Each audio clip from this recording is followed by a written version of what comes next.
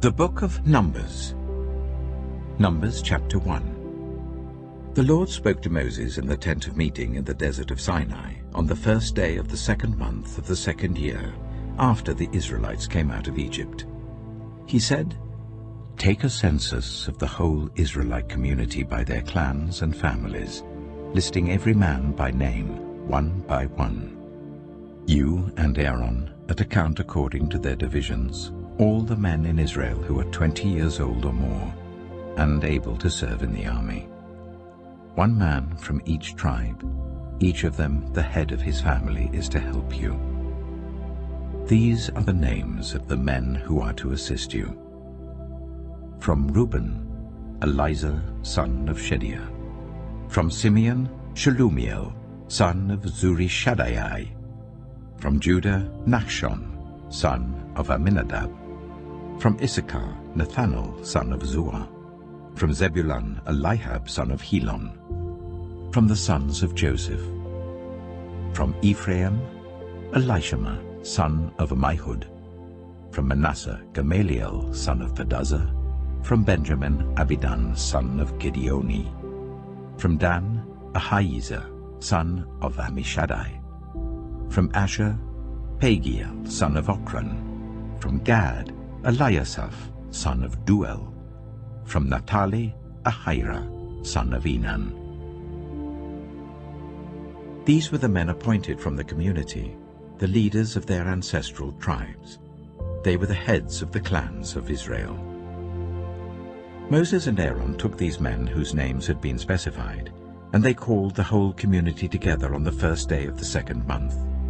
The people registered their ancestry by their clans and families, and the men 20 years old or more were listed by name, one by one, as the Lord commanded Moses. And so he counted them in the desert of Sinai. From the descendants of Reuben, the firstborn son of Israel, all the men 20 years old or more who were able to serve in the army were listed by name, one by one, according to the records of their clans and families. The number from the tribe of Reuben was 46,500. From the descendants of Simeon, all the men 20 years old or more who were able to serve in the army were counted and listed by name, one by one, according to the records of their clans and families. The number from the tribe of Simeon was 59,300. From the descendants of Gad, all the men 20 years old or more who were able to serve in the army were listed by name, according to the records of their clans and families. The number from the tribe of Gad was 45,650. From the descendants of Judah, all the men 20 years old or more who were able to serve in the army were listed by name, according to the records of their clans and families. The number from the tribe of Judah was 74,600.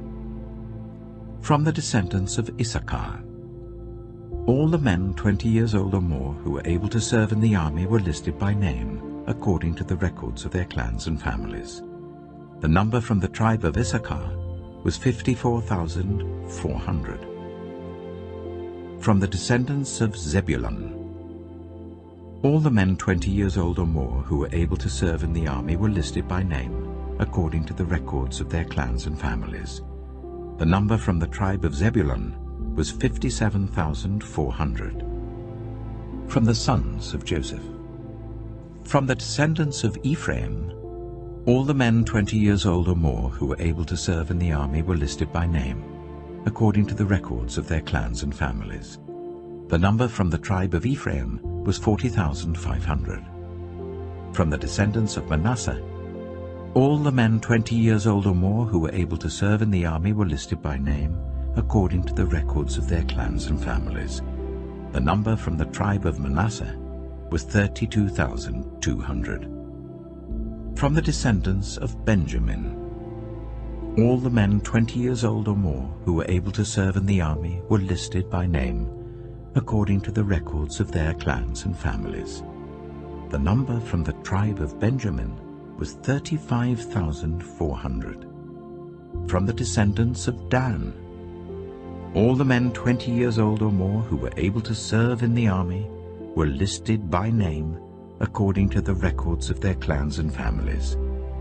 The number from the tribe of Dan was 62,700.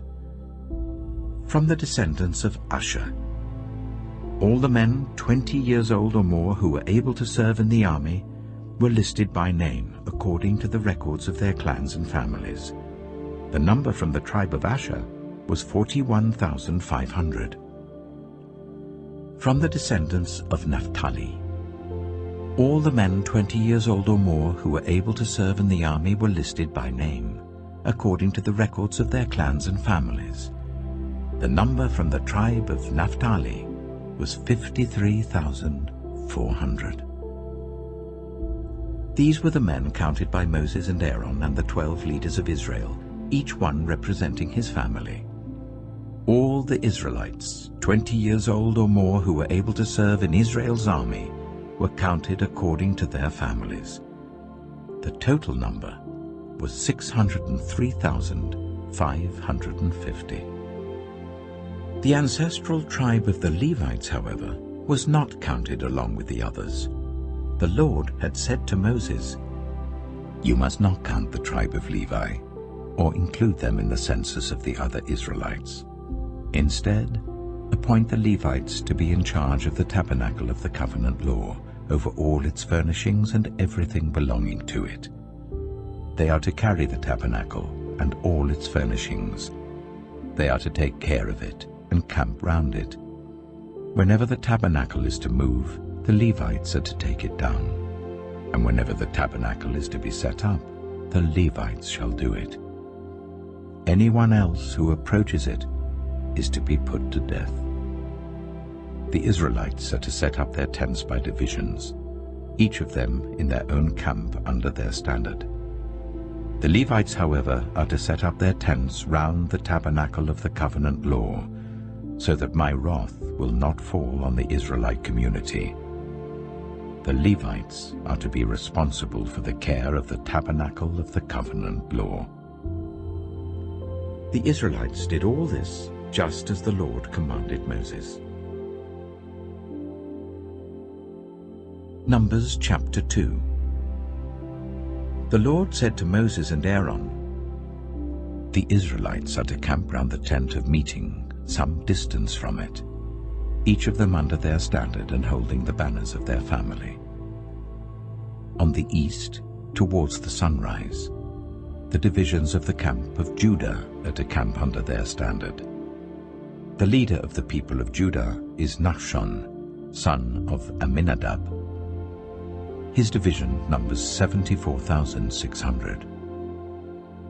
The tribe of Issachar will camp next to them. The leader of the people of Issachar is Nathanael, son of Zuar. His division numbers 54,400. The tribe of Zebulun will be next. The leader of the people of Zebulun is Eliab, son of Helon. His division numbers 57,400. All the men assigned to the camp of Judah according to their divisions number 186,400. They will set out first. On the south will be the divisions of the camp of Reuben under their standard. The leader of the people of Reuben is Elizur, son of Shedeur. His division numbers 46,500. The tribe of Simeon will camp next to them. The leader of the people of Simeon is Shelumiel, son of Zurishaddai. His division numbers 59,300.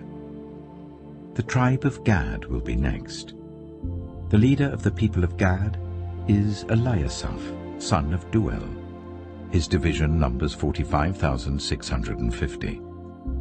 All the men assigned to the camp of Reuben according to their divisions number 151,450. They will set out second. Then the tent of meeting and the camp of the Levites will set out in the middle of the camps. They will set out in the same order as they set up camp, each in their own place, under their standard. On the west will be the divisions of the camp of Ephraim, under their standard. The leader of the people of Ephraim is Elishama, son of Ammihud. His division numbers 40,500.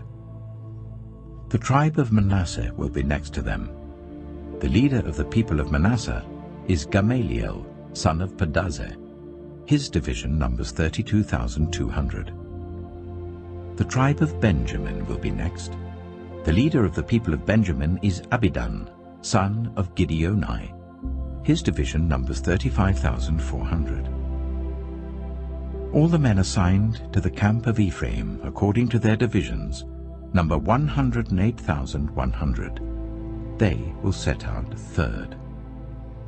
On the north will be the divisions of the camp of Dan under their standard. The leader of the people of Dan is Ahijah, son of Ammishaddai. His division numbers 62,700. The tribe of Asher will camp next to them. The leader of the people of Asher is Pagiel, son of Ochran. His division numbers 41,500. The tribe of Naphtali will be next. The leader of the people of Naphtali is Ahira, son of Enan. His division numbers 53,400. All the men assigned to the camp of Dan number 157,600. They will set out last under their standards. These are the Israelites, counted according to their families. All the men in the camps by their divisions number 603,550. The Levites, however, were not counted along with the other Israelites, as the Lord commanded Moses. So the Israelites did everything the Lord commanded Moses. That is the way they camped under their standards, and that is the way they set out, each of them with their clan and family. Numbers chapter 3. This is the account of the family of Aaron and Moses at the time the Lord spoke to Moses at Mount Sinai. The names of the sons of Aaron were Nadab the firstborn, and Abihu, Eleazar, and Ithamar. Those were the names of Aaron's sons, the anointed priests, who were ordained to serve as priests. Nadab and Abihu, however, died before the Lord when they made an offering with unauthorized fire before him in the desert of Sinai. They had no sons, so Eleazar and Ithamar served as priests during the lifetime of their father Aaron. The Lord said to Moses, "Bring the tribe of Levi and present them to Aaron the priest to assist him. They are to perform duties for him and for the whole community at the tent of meeting by doing the work of the tabernacle. They are to take care of all the furnishings of the tent of meeting, fulfilling the obligations of the Israelites by doing the work of the tabernacle. Give the Levites to Aaron and his sons. They are the Israelites who are to be given wholly to him. Appoint Aaron and his sons to serve as priests. Anyone else who approaches the sanctuary is to be put to death."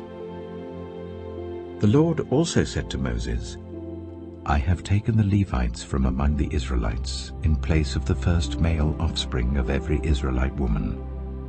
The Levites are mine, for all the firstborn are mine.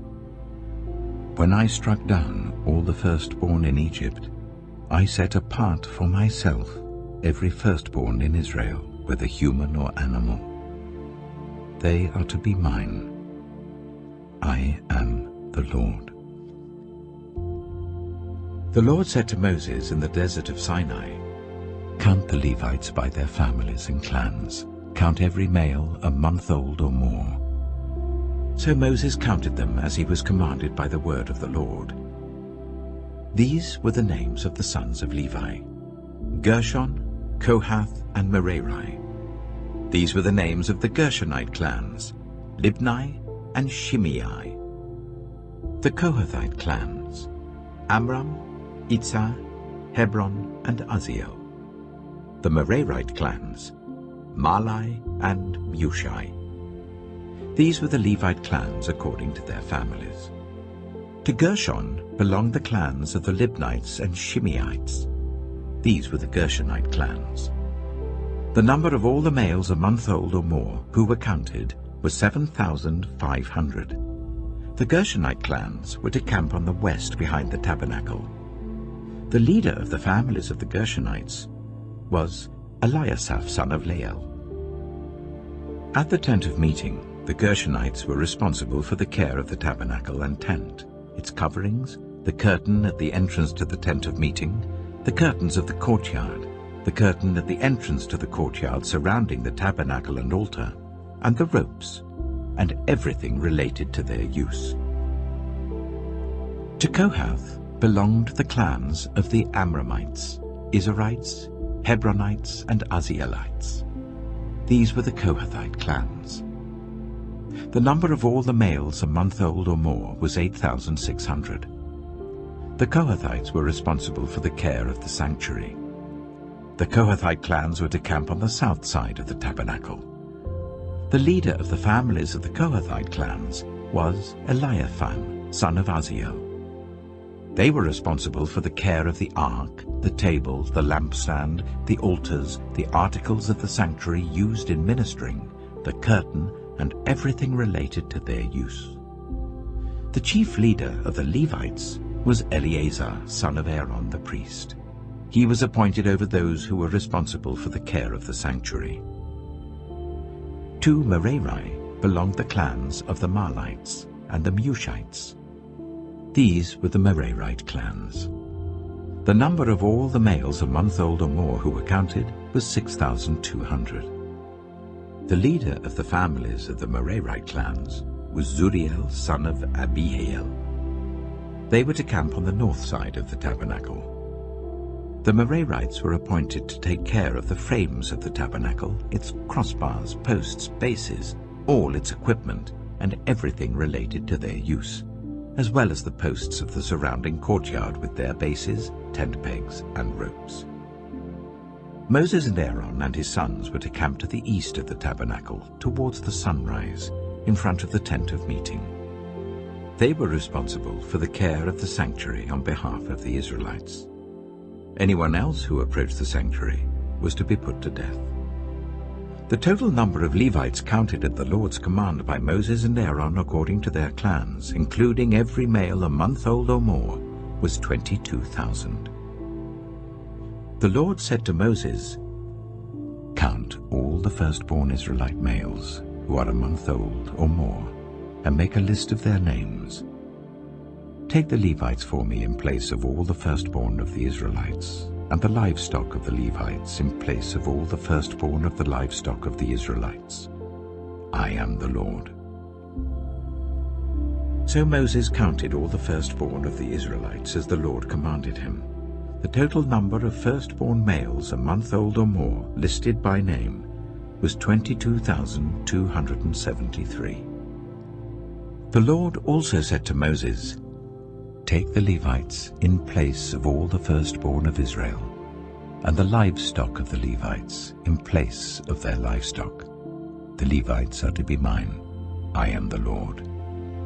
To redeem the 273 firstborn Israelites who exceed the number of the Levites, collect 5 shekels for each one, according to the sanctuary shekel, which weighs 20 gerahs. Give the money for the redemption of the additional Israelites to Aaron and his sons." So Moses collected the redemption money from those who exceeded the number redeemed by the Levites. From the firstborn of the Israelites he collected silver weighing 1,365 shekels, according to the sanctuary shekel. Moses gave the redemption money to Aaron and his sons, as he was commanded by the word of the Lord. Numbers chapter 4. The Lord said to Moses and Aaron, "Take a census of the Kohathite branch of the Levites by their clans and families. Count all the men from 30 to 50 years of age who come to serve in the work at the tent of meeting. This is the work of the Kohathites at the tent of meeting, the care of the most holy things. When the camp is to move, Aaron and his sons are to go in and take down the shielding curtain and put it over the ark of the covenant law. Then they are to cover the curtain with durable leather, spread a cloth of solid blue over that, and put the poles in place. Over the table of the presence they are to spread a blue cloth and put on it the plates, dishes and bowls and the jars for drink offerings. The bread that is continually there is to remain on it. They are to spread a scarlet cloth over them, cover that with durable leather, and put the poles in place. They are to take a blue cloth and cover the lampstand that is for light, together with its lamps, its wick trimmers and trays, and all its jars for the oil used to supply it. Then they are to wrap it and all its accessories in a covering of durable leather and put it on a carrying frame. Over the gold altar they are to spread a blue cloth and cover that with durable leather and put the poles in place. They are to take all the articles used for ministering in the sanctuary, wrap them in a blue cloth, cover that with durable leather, and put them on a carrying frame. They are to remove the ashes from the bronze altar and spread a purple cloth over it. Then they are to place on it all the utensils used for ministering at the altar, including the fire pans, meat forks, shovels, and sprinkling bowls. Over it they are to spread a covering of durable leather and put the poles in place. After Aaron and his sons have finished covering the holy furnishings and all the holy articles, and when the camp is ready to move, only then are the Kohathites to come and do the carrying. But they must not touch the holy things, or they will die. The Kohathites are to carry those things that are in the tent of meeting. Eleazar, son of Aaron the priest, is to have charge of the oil for the light, the fragrant incense, the regular grain offering, and the anointing oil. He is to be in charge of the entire tabernacle and everything in it, including its holy furnishings and articles. The Lord said to Moses and Aaron, "See that the Kohathite tribal clans are not destroyed from among the Levites, so that they may live and not die when they come near the most holy things. Do this for them. Aaron and his sons are to go into the sanctuary and assign to each man his work and what he is to carry. But the Kohathites must not go in to look at the holy things even for a moment, or they will die." The Lord said to Moses, "Take a census also of the Gershonites by their families and clans. Count all the men from 30 to 50 years of age who come to serve in the work at the tent of meeting. This is the service of the Gershonite clans in their carrying and their other work. They are to carry the curtains of the tabernacle, that is, the tent of meeting, its covering and its outer covering of durable leather, the curtains for the entrance to the tent of meeting, the curtains of the courtyard surrounding the tabernacle and altar, the curtain for the entrance to the courtyard, the ropes, and all the equipment used in the service of the tent. The Gershonites are to do all that needs to be done with these things. All their service, whether carrying or doing other work, is to be done under the direction of Aaron and his sons. You shall assign to them as their responsibility all they are to carry. This is the service of the Gershonite clans at the tent of meeting. Their duties are to be under the direction of Ithamar, son of Aaron, the priest. Count the Merarites by their clans and families. Count all the men from 30 to 50 years of age who come to serve in the work at the tent of meeting.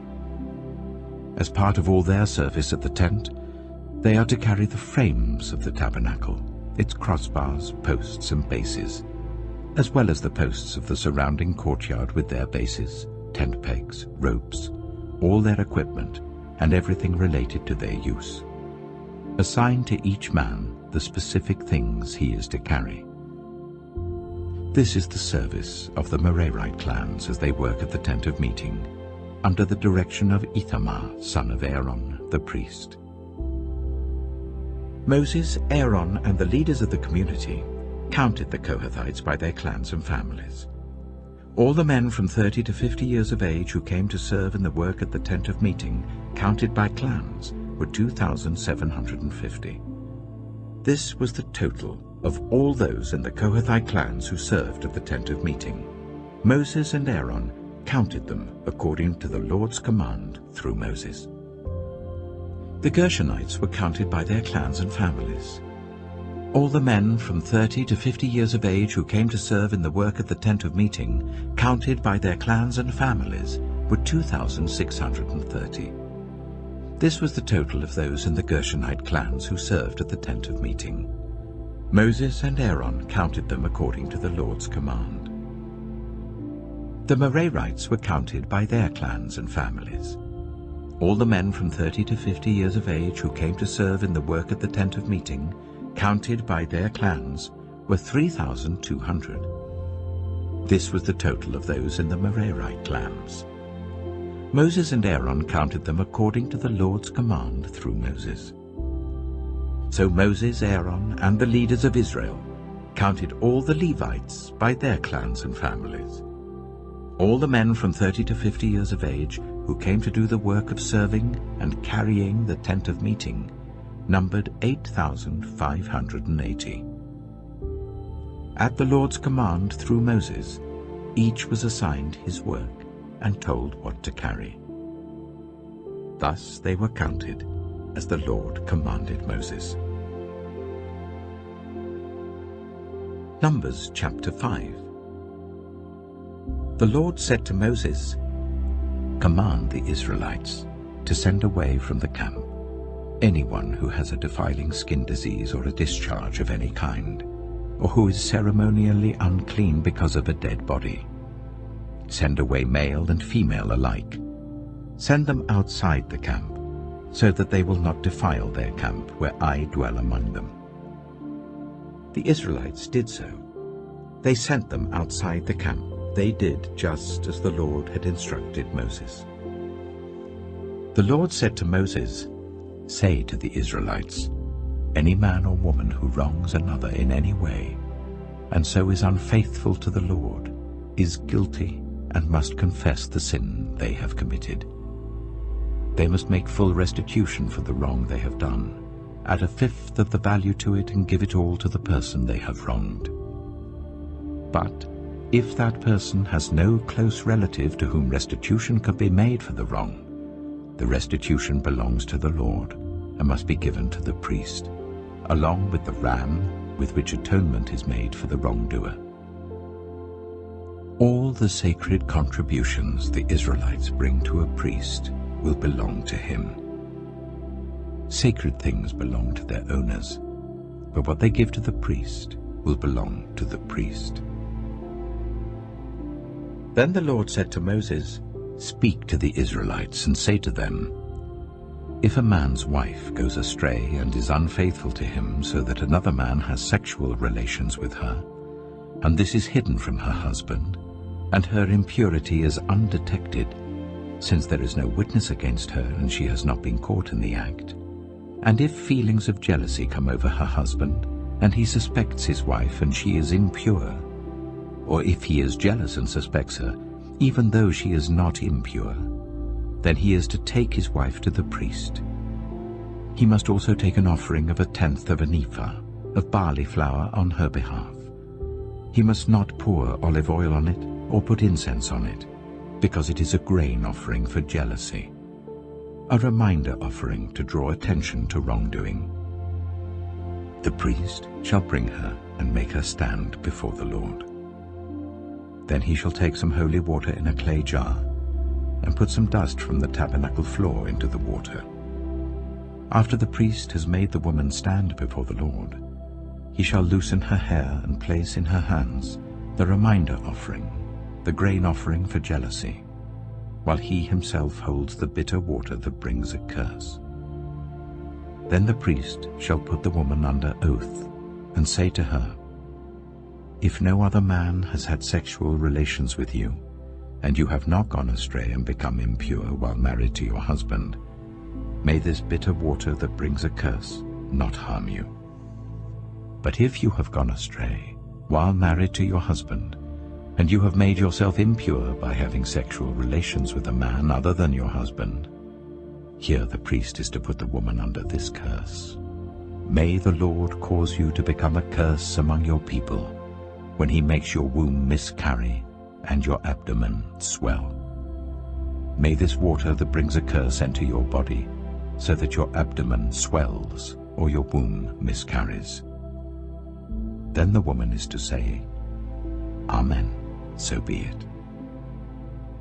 The priest is to write these curses on a scroll, and then wash them off into the bitter water.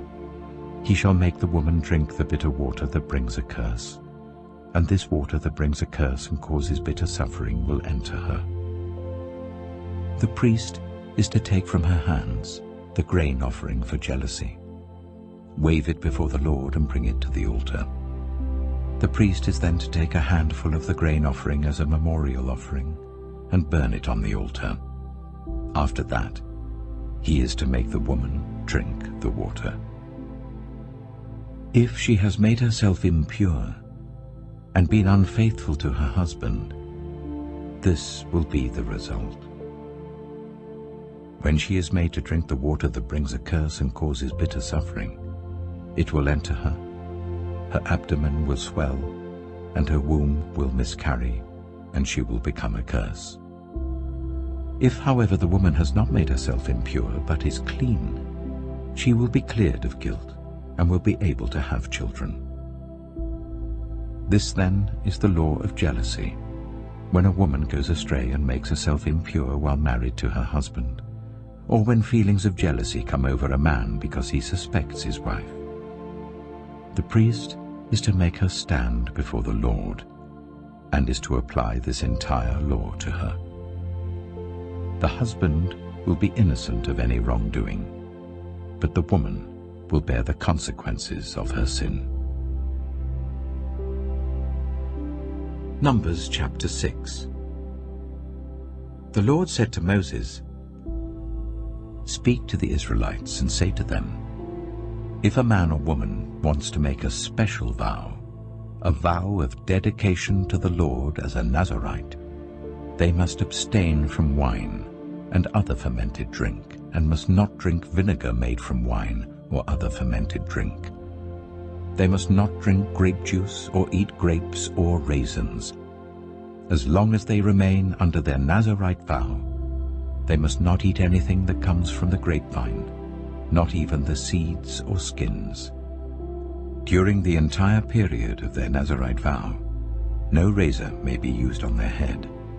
They must be holy until the period of their dedication to the Lord is over.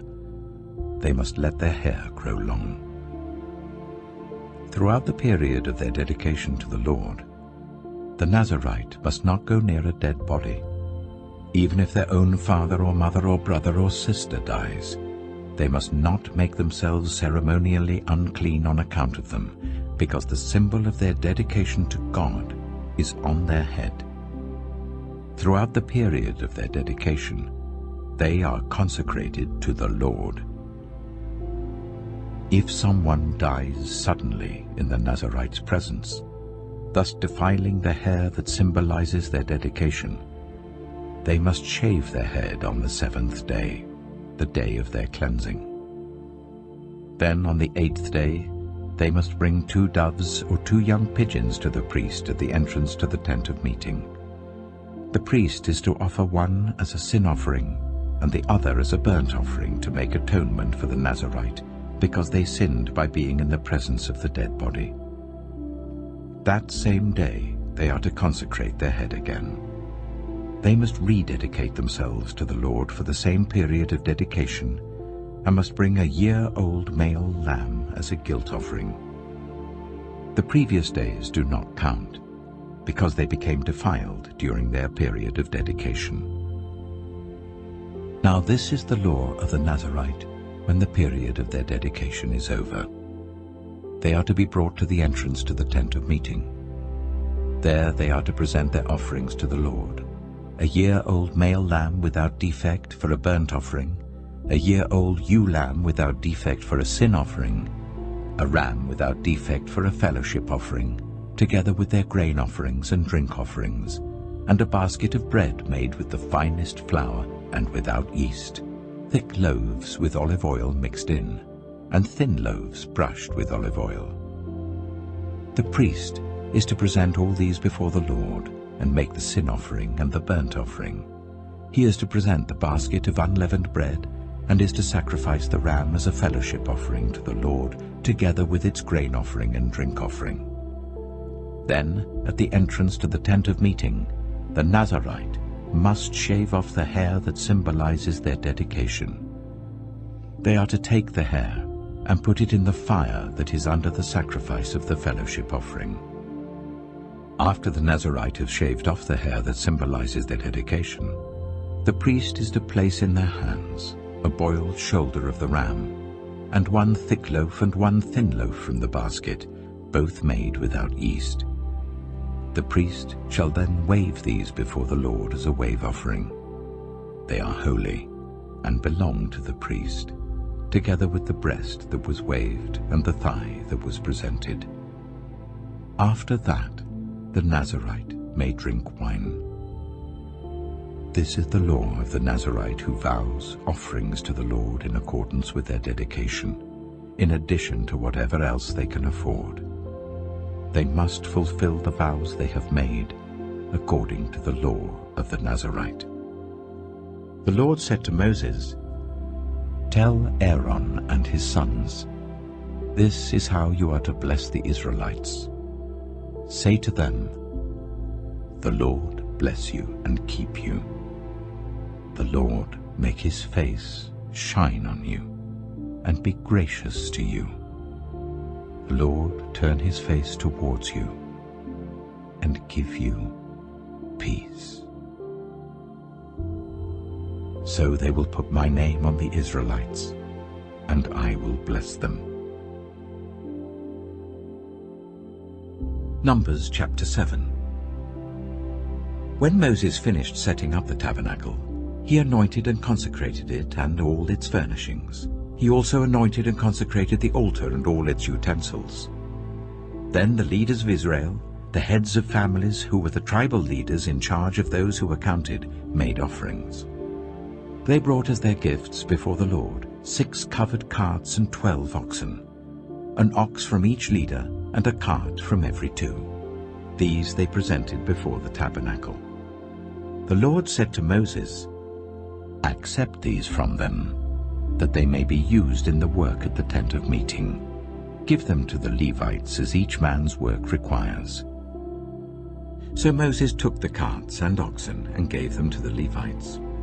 He gave 2 carts and 4 oxen to the Gershonites as their work required, and he gave 4 carts and 8 oxen to the Merarites as their work required. They were all under the direction of Ithamar, son of Aaron, the priest. But Moses did not give any to the Kohathites, because they were to carry on their shoulders the holy things for which they were responsible.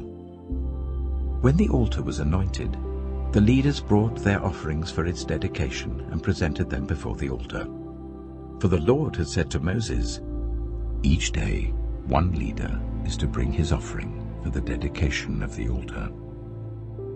The one who brought his offering on the first day was Nachshon, son of Amminadab, of the tribe of Judah. His offering was 1 silver plate weighing 130 shekels, and 1 silver sprinkling bowl weighing 70 shekels, both according to the sanctuary shekel, each filled with the finest flour mixed with olive oil as a grain offering. 1 gold dish weighing 10 shekels filled with incense, 1 young bull, 1 ram, and 1 male lamb a year old for a burnt offering, 1 male goat for a sin offering, and 2 oxen, 5 rams, 5 male goats, and 5 male lambs a year old to be sacrificed as a fellowship offering. This was the offering of Nachshon, son of Amminadab. On the second day, Nathanael, son of Zuar, the leader of Issachar, brought his offering. The offering he brought was 1 silver plate weighing 130 shekels, and 1 silver sprinkling bowl weighing 70 shekels, both according to the sanctuary shekel, each filled with the finest flour mixed with olive oil as a grain offering.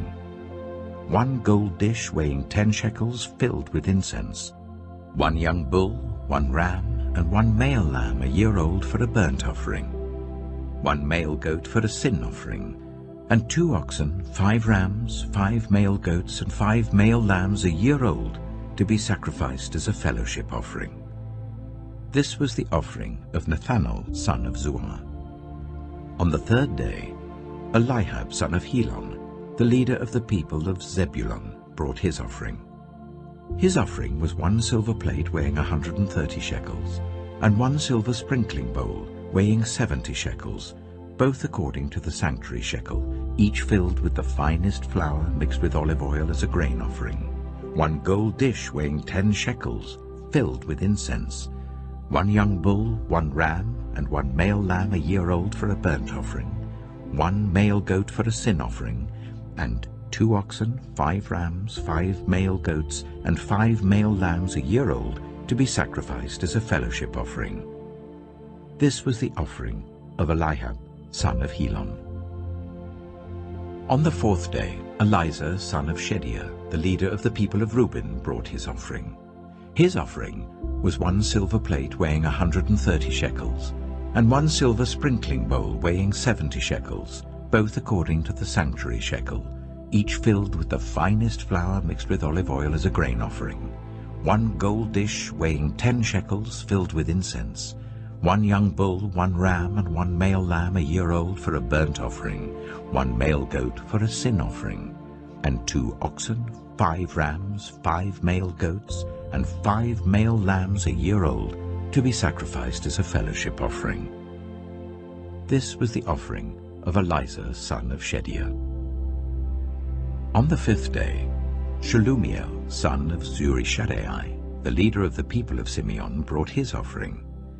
His offering was 1 silver plate weighing 130 shekels, and 1 silver sprinkling bowl weighing 70 shekels, both according to the sanctuary shekel, each filled with the finest flour mixed with olive oil as a grain offering, 1 gold dish weighing 10 shekels filled with incense, 1 young bull, 1 ram, and 1 male lamb a year old for a burnt offering, 1 male goat for a sin offering, and 2 oxen, 5 rams, 5 male goats, and 5 male lambs a year old, to be sacrificed as a fellowship offering. This was the offering of Shelumiel, son of Zurishaddai. On the 6th day, Eliasaph, son of Duel, the leader of the people of Gad, brought his offering. His offering was 1 silver plate weighing 130 shekels, and 1 silver sprinkling bowl weighing 70 shekels, both according to the sanctuary shekel, each filled with the finest flour mixed with olive oil as a grain offering, 1 gold dish weighing 10 shekels filled with incense, 1 young bull, 1 ram, and 1 male lamb a year old for a burnt offering, 1 male goat for a sin offering, and 2 oxen, 5 rams, 5 male goats, and 5 male lambs a year old, to be sacrificed as a fellowship offering. This was the offering of Eliasaph, son of Duel. On the 7th day, Elishama, son of Ammihud, the leader of the people of Ephraim, brought his offering. His offering was 1 silver plate weighing 130 shekels, and 1 silver sprinkling bowl weighing 70 shekels, both according to the sanctuary shekel, each filled with the finest flour mixed with olive oil as a grain offering, 1 gold dish weighing 10 shekels filled with incense, 1 young bull, 1 ram, and 1 male lamb a year old for a burnt offering, 1 male goat for a sin offering, and 2 oxen, 5 rams, 5 male goats, and 5 male lambs a year old, to be sacrificed as a fellowship offering. This was the offering of Elishama, son of Ammihud. On the 8th day, Gamaliel, son of Pedazur, the leader of the people of Manasseh, brought his offering. His offering was 1 silver plate weighing 130 shekels, and 1 silver sprinkling bowl weighing 70 shekels, both according to the sanctuary shekel, each filled with the finest flour mixed with olive oil as a grain offering, 1 gold dish weighing 10 shekels filled with incense, 1 young bull, 1 ram, and 1 male lamb a year old for a burnt offering, 1 male goat for a sin offering, and 2 oxen, 5 rams, 5 male goats and 5 male lambs a year old, to be sacrificed as a fellowship offering. This was the offering of Gamaliel, son of Pedazur. On the 9th day, Abidan, son of Gideoni, the leader of the people of Benjamin, brought his offering. His offering was 1 silver plate weighing 130 shekels, and 1 silver sprinkling bowl weighing 70 shekels, both according to the sanctuary shekel, each filled with the finest flour mixed with olive oil as a grain offering. 1 gold dish weighing 10 shekels, filled with incense, 1 young bull, 1 ram, and 1 male lamb a year old for a burnt offering, 1 male goat for a sin offering, and 2 oxen, 5 rams, 5 male goats, and 5 male lambs a year old, to be sacrificed as a fellowship offering. This was the offering of Abidan, son of Gideoni. On the 10th day, Ahiezer, son of Ammishaddai, the leader of the people of Dan, brought his offering. His offering was 1 silver plate weighing 130 shekels, and 1 silver sprinkling bowl weighing 70 shekels, both according to the sanctuary shekel, each filled with the finest flour mixed with olive oil as a grain offering. 1 gold dish weighing 10 shekels, filled with incense. 1 young bull, 1 ram, and 1 male lamb a year old for a burnt offering. 1 male goat for a sin offering, and 2 oxen, 5 rams, 5 male goats, and 5 male lambs a year old, to be sacrificed as a fellowship offering. This was the offering of Ahiezer, son of Ammishaddai. On the 11th day, Pagiel, son of Ochran, the leader of the people of Asher, brought his offering. His offering was 1 silver plate weighing 130 shekels, and 1 silver sprinkling bowl weighing 70 shekels, both according to the sanctuary shekel, each filled with the finest flour, mixed with olive oil as a grain offering. 1 gold dish weighing 10 shekels, filled with incense. 1 young bull, 1 ram, and 1 male lamb a year old for a burnt offering. 1 male goat for a sin offering. And 2 oxen, 5 rams, 5 male goats, and 5 male lambs a year old, to be sacrificed as a fellowship offering. This was the offering of Pagiel, son of Ochran. On the 12th day, Ahira, son of Enan, the leader of the people of Naphtali, brought his offering. His offering was 1 silver plate weighing 130 shekels, and 1 silver sprinkling bowl weighing 70 shekels, both according to the sanctuary shekel, each filled with the finest flour mixed with olive oil as a grain offering. 1 gold dish weighing 10 shekels, filled with incense. 1 young bull, 1 ram, and 1 male lamb a year old for a burnt offering. 1 male goat for a sin offering, and 2 oxen, 5 rams, 5 male goats, and 5 male lambs a year old, to be sacrificed as a fellowship offering. This was the offering of Ahira, son of Enan. These were the offerings of the Israelite leaders for the dedication of the altar when it was anointed: 12 silver plates, 12 silver sprinkling bowls, and 12 gold dishes. Each silver plate weighed 130 shekels, and each sprinkling bowl 70 shekels.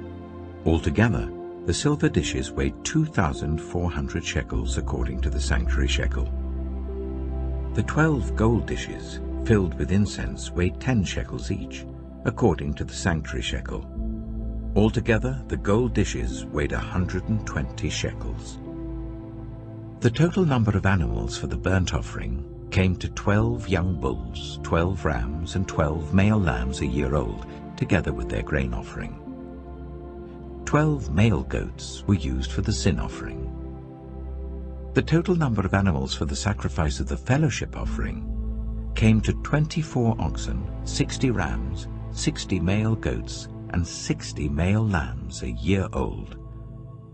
These were the offerings for the dedication of the altar after it was anointed. When Moses entered the tent of meeting to speak with the Lord, he heard the voice speaking to him from between the 2 cherubim above the atonement cover on the Ark of the Covenant law. In this way, the Lord spoke to him. Numbers chapter 8. The Lord said to Moses, "Speak to Aaron and say to him, when you set up the lamps, see that all 7 light up the area in front of the lampstand." Aaron did so. He set up the lamps so that they faced forwards on the lampstand, just as the Lord commanded Moses. This is how the lampstand was made. It was made of hammered gold, from its base to its blossoms. The lampstand was made exactly like the pattern the Lord had shown Moses. The Lord said to Moses, "Take the Levites from among all the Israelites and make them ceremonially clean. To purify them, do this: sprinkle the water of cleansing on them, then make them shave their whole bodies and wash their clothes, and so they will purify themselves. Make them take a young bull with its grain offering of the finest flour mixed with olive oil. Then you are to take a second young bull for a sin offering. Bring the Levites to the front of the tent of meeting and assemble the whole Israelite community. You are to bring the Levites before the Lord, and the Israelites are to lay their hands on them. Aaron is to present the Levites before the Lord as a wave offering from the Israelites, so that they may be ready to do the work of the Lord. Then the Levites are to lay their hands on the heads of the bulls, using one for a sin offering to the Lord and the other for a burnt offering, to make atonement for the Levites. Make the Levites stand in front of Aaron and his sons, and then present them as a wave offering to the Lord. In this way, you are to set the Levites apart from the other Israelites, and the Levites will be mine. After you have purified the Levites and presented them as a wave offering, they are to come to do their work at the tent of meeting. They are the Israelites who are to be given wholly to me. I have taken them as my own, in place of the firstborn, the first male offspring from every Israelite woman. Every firstborn male in Israel, whether human or animal, is mine. When I struck down all the firstborn in Egypt, I set them apart for myself. And I have taken the Levites in place of all the firstborn sons in Israel. From among all the Israelites, I have given the Levites as gifts to Aaron and his sons, to do the work at the tent of meeting on behalf of the Israelites, and to make atonement for them so that no plague will strike the Israelites when they go near the sanctuary. Moses, Aaron, and the whole Israelite community did with the Levites just as the Lord commanded Moses. The Levites purified themselves and washed their clothes. Then Aaron presented them as a wave offering before the Lord and made atonement for them to purify them. After that, the Levites came to do their work at the tent of meeting under the supervision of Aaron and his sons. They did with the Levites just as the Lord commanded Moses. The Lord said to Moses, "This applies to the Levites.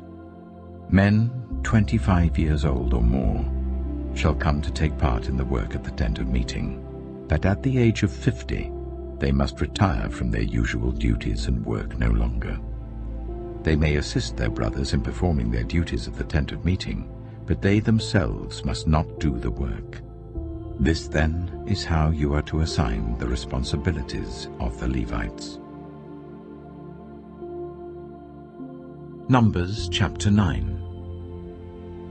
The Lord spoke to Moses in the desert of Sinai in the first month of the second year after they came out of Egypt. He said, "Make the Israelites celebrate the Passover at the appointed time. Celebrate it at the appointed time, at twilight on the 14th day of this month, in accordance with all its rules and regulations."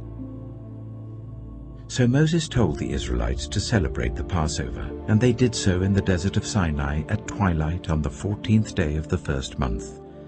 The Israelites did everything just as the Lord commanded Moses. But some of them could not celebrate the Passover on that day, because they were ceremonially unclean on account of a dead body. So they came to Moses and Aaron that same day, and said to Moses, "We have become unclean because of a dead body. But why should we be kept from presenting the Lord's offering with the other Israelites at the appointed time?" Moses answered them, "Wait until I find out what the Lord commands concerning you." Then the Lord said to Moses, "Tell the Israelites, when any of you or your descendants are unclean because of a dead body, or are away on a journey, they are still to celebrate the Lord's Passover. But they are to do it on the 14th day of the second month at twilight. They are to eat the lamb together with unleavened bread and bitter herbs. They must not leave any of it till morning or break any of its bones. When they celebrate the Passover, they must follow all the regulations. But if anyone who is ceremonially clean and not on a journey fails to celebrate the Passover, they must be cut off from their people for not presenting the Lord's offering at the appointed time. They will bear the consequences of their sin. A foreigner residing among you is also to celebrate the Lord's Passover in accordance with its rules and regulations. You must have the same regulations for both the foreigner and the native-born. On the day the tabernacle, the tent of the covenant law, was set up, the cloud covered it. From evening till morning the cloud above the tabernacle looked like fire. That is how it continued to be. The cloud covered it, and at night it looked like fire. Whenever the cloud lifted from above the tent, the Israelites set out. Wherever the cloud settled, the Israelites set up camp. At the Lord's command, the Israelites set out, and at his command, they set up camp. As long as the cloud stayed over the tabernacle, they remained in camp. When the cloud remained over the tabernacle a long time, the Israelites obeyed the Lord's order and did not set out. Sometimes the cloud was over the tabernacle for only a few days. At the Lord's command, they would set up camp, and then at his command, they would set out. Sometimes the cloud stayed only from evening till morning, and when it lifted in the morning, they set out. Whether by day or by night, whenever the cloud lifted, they set out. Whether the cloud stayed over the tabernacle for 2 days, or a month, or a year, the Israelites would remain in camp and not set out. But when it lifted, they would set out. At the Lord's command, they set up camp, and at the Lord's command, they set out. They obeyed the Lord's order in accordance with his command through Moses.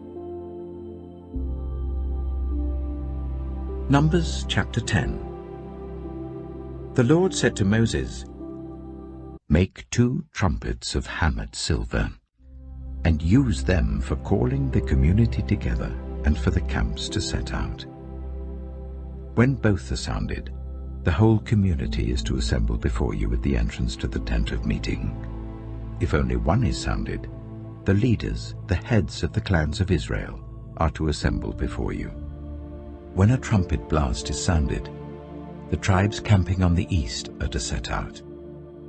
At the sounding of a second blast, the camps on the south are to set out.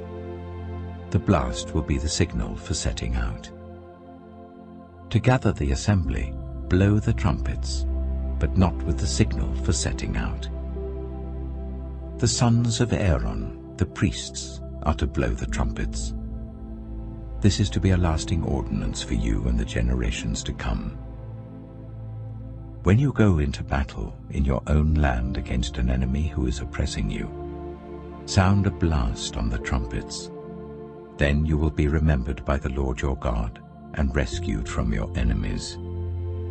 Also at your times of rejoicing, your appointed festivals and new moon feasts, you are to sound the trumpets over your burnt offerings and fellowship offerings, and they will be a memorial for you before your God. I am the Lord your God."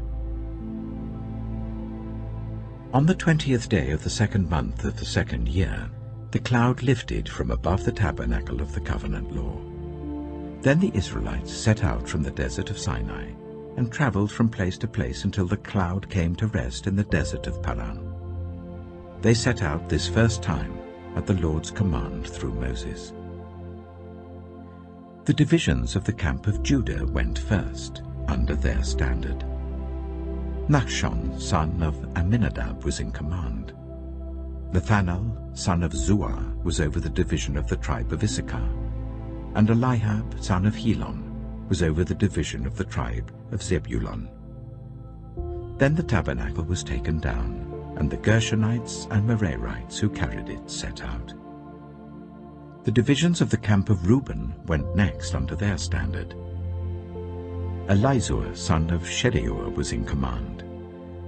Shelumiel, son of Zurishaddai, was over the division of the tribe of Simeon, and Eliasaph, son of Duel, was over the division of the tribe of Gad. Then the Kohathites set out carrying the holy things. The tabernacle was to be set up before they arrived. The divisions of the camp of Ephraim went next under their standard. Elishama, son of Ammihud, was in command. Gamaliel, son of Pedazur, was over the division of the tribe of Manasseh, and Abidah, son of Gideoni, was over the division of the tribe of Benjamin. Finally, as the rear guard for all the units, the divisions of the camp of Dan set out under their standards. Ahiezer, son of Ammishaddai, was in command. Pagiel, son of Ochran, was over the division of the tribe of Asher, and Ahira, son of Enan, was over the division of the tribe of Naphtali. This was the order of march for the Israelite divisions as they set out. Now Moses said to Hobab, son of Ruel, the Midianite, Moses' father-in-law, "We're setting out for the place about which the Lord said, 'I will give it to you.' Come with us, and we will treat you well, for the Lord has promised good things to Israel." He answered, "No, I will not go. I am going back to my own land and my own people." But Moses said, "Please do not leave us. You know where we should camp in the wilderness, and you can be our eyes. If you come with us, we will share with you whatever good things the Lord gives us." So they set out from the mountain of the Lord and traveled for 3 days. The ark of the covenant of the Lord went before them during those 3 days to find them a place to rest. The cloud of the Lord was over them by day when they set out from the camp. Whenever the ark set out, Moses said, "Rise up, Lord. May your enemies be scattered. May your foes flee before you."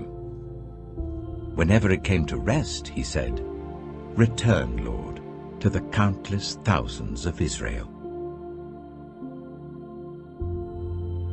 Numbers chapter 11. Now the people complained about their hardships in the hearing of the Lord. And when he heard them, his anger was aroused. Then fire from the Lord burned among them and consumed some of the outskirts of the camp. When the people cried out to Moses, he prayed to the Lord, and the fire died down. So that place was called Taberah, because fire from the Lord had burned among them. The rabble with them began to crave other food. And again the Israelites started wailing and said, "If only we had meat to eat. We remember the fish we ate in Egypt at no cost, also the cucumbers, melons, leeks, onions, and garlic. But now we have lost our appetite. We never see anything but this manna." The manna was like coriander seed and looked like resin. The people went around gathering it and then ground it in a hand mill or crushed it in a mortar. They cooked it in a pot or made it into loaves, and it tasted like something made with olive oil. When the dew settled on the camp at night, the manna also came down. Moses heard the people of every family wailing at the entrance to their tents. The Lord became exceedingly angry, and Moses was troubled. He asked the Lord, "Why have you brought this trouble on your servant? What have I done to displease you, that you put the burden of all these people on me? Did I conceive all these people? Did I give them birth?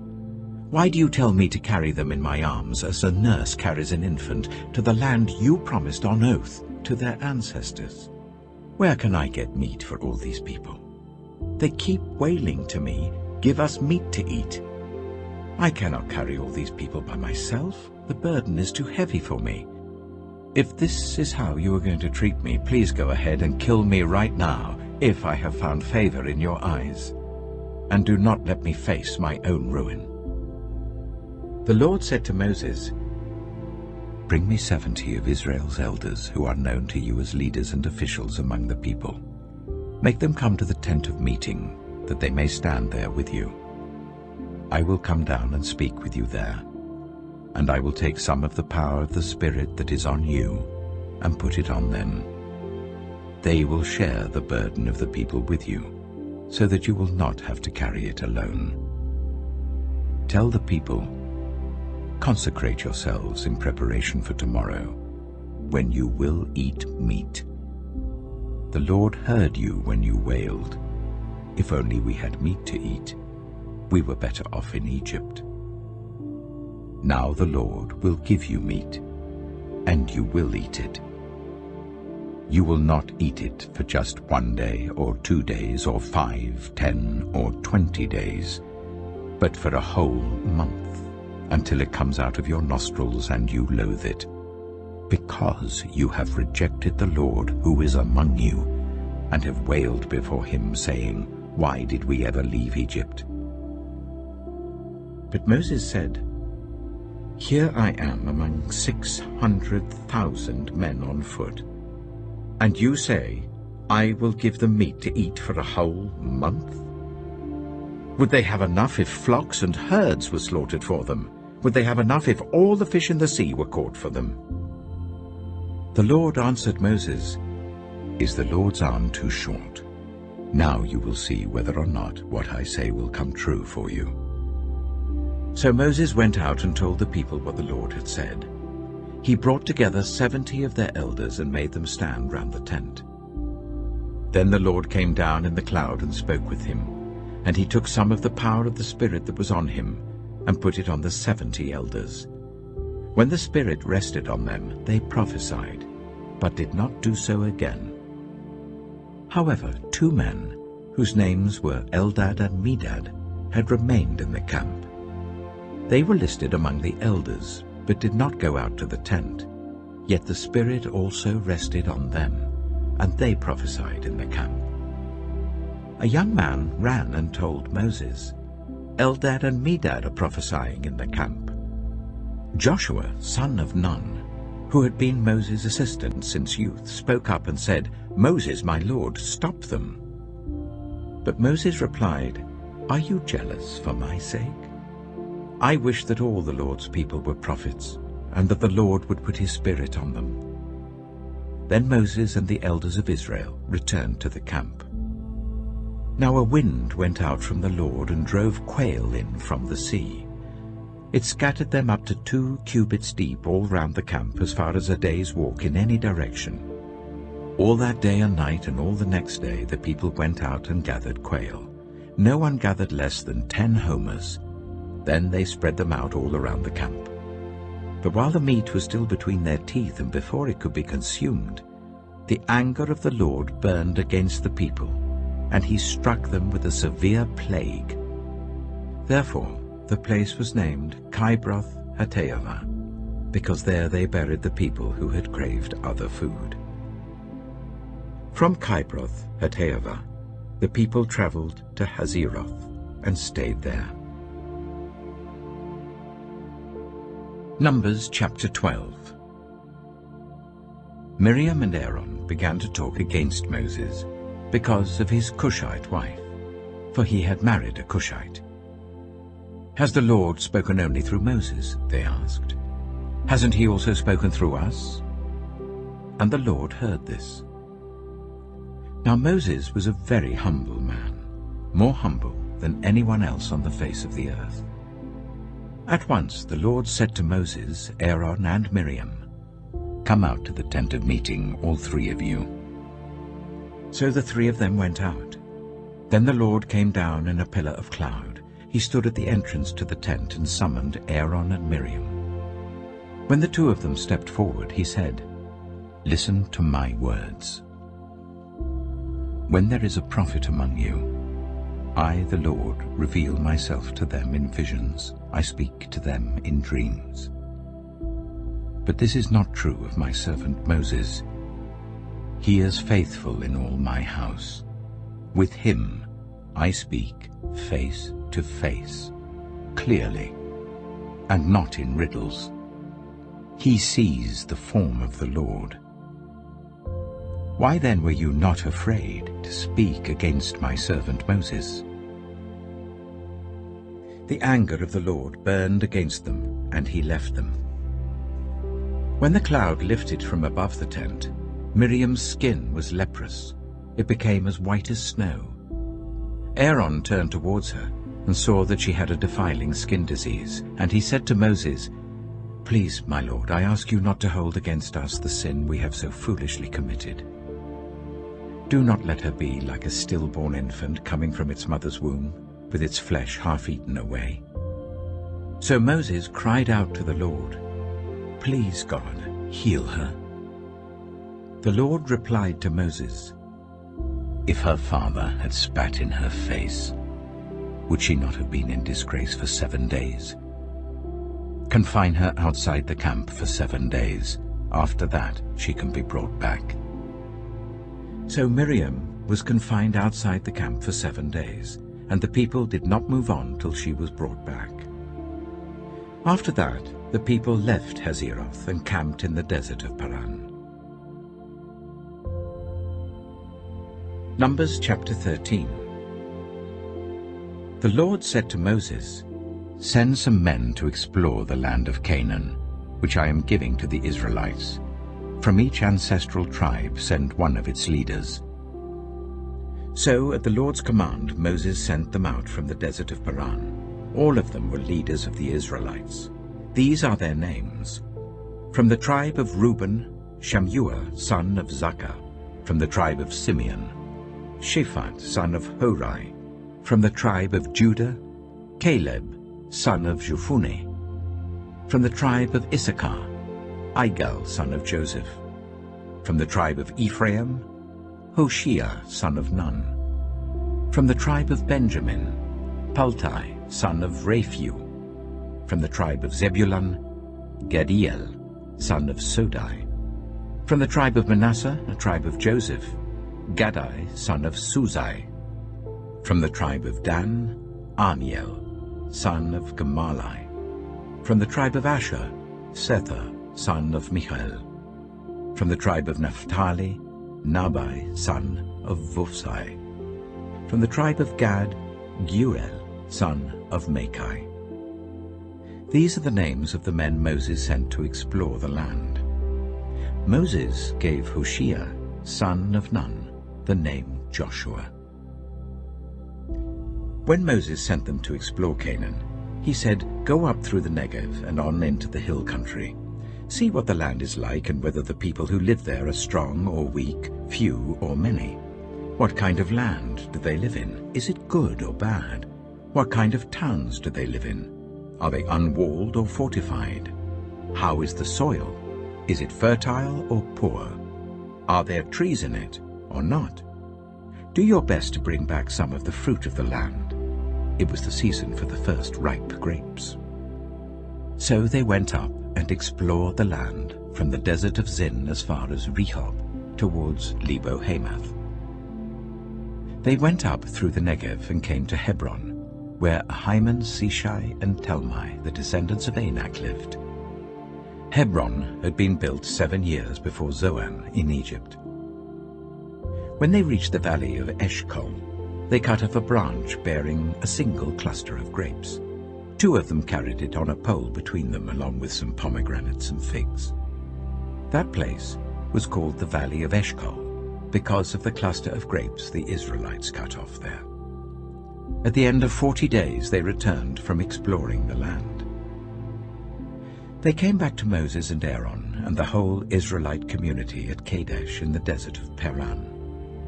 There they reported to them and to the whole assembly and showed them the fruit of the land. They gave Moses this account: "We went into the land to which you sent us, and it does flow with milk and honey. Here is its fruit. But the people who live there are powerful. and the cities are fortified and very large. We even saw descendants of Anak there.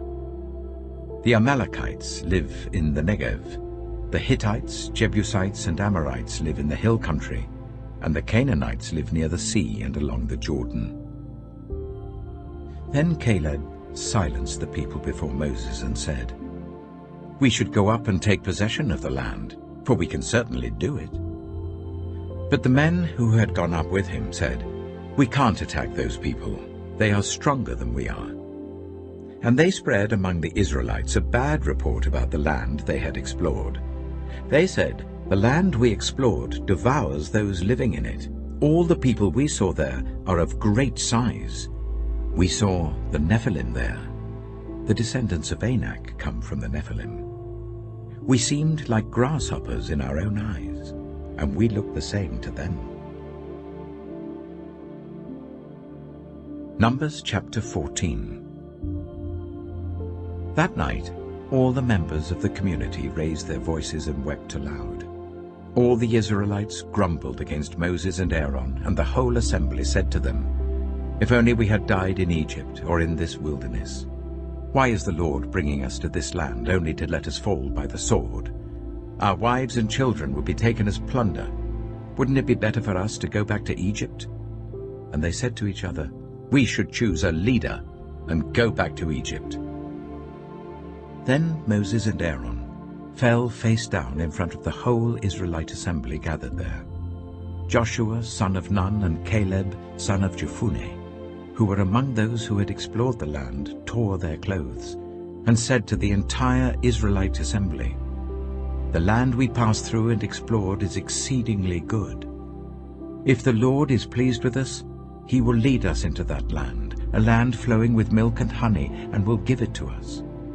Only do not rebel against the Lord, and do not be afraid of the people of the land, because we will devour them.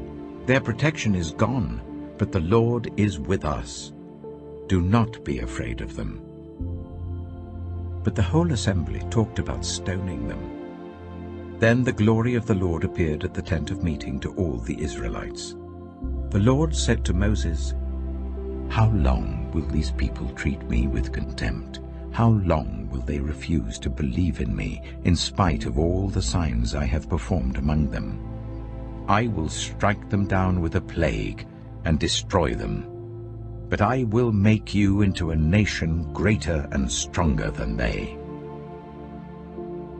Moses said to the Lord, "Then the Egyptians will hear about it. By your power you brought these people up from among them, and they will tell the inhabitants of this land about it. They have already heard that you, Lord, are with these people, and that you, Lord, have been seen face to face, that your cloud stays over them, and that you go before them in a pillar of cloud by day and a pillar of fire by night. If you put all these people to death, leaving none alive, the nations who have heard this report about you will say, 'The Lord was not able to bring these people into the land he promised them on oath, so he slaughtered them in the wilderness.' Now may the Lord's strength be displayed, just as you have declared.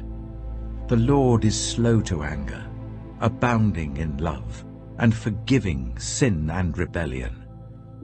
Yet he does not leave the guilty unpunished. He punishes the children for the sin of the parents to the third and fourth generation. In accordance with your great love, forgive the sin of these people, just as you have pardoned them from the time they left Egypt until now." The Lord replied, "I have forgiven them as you asked.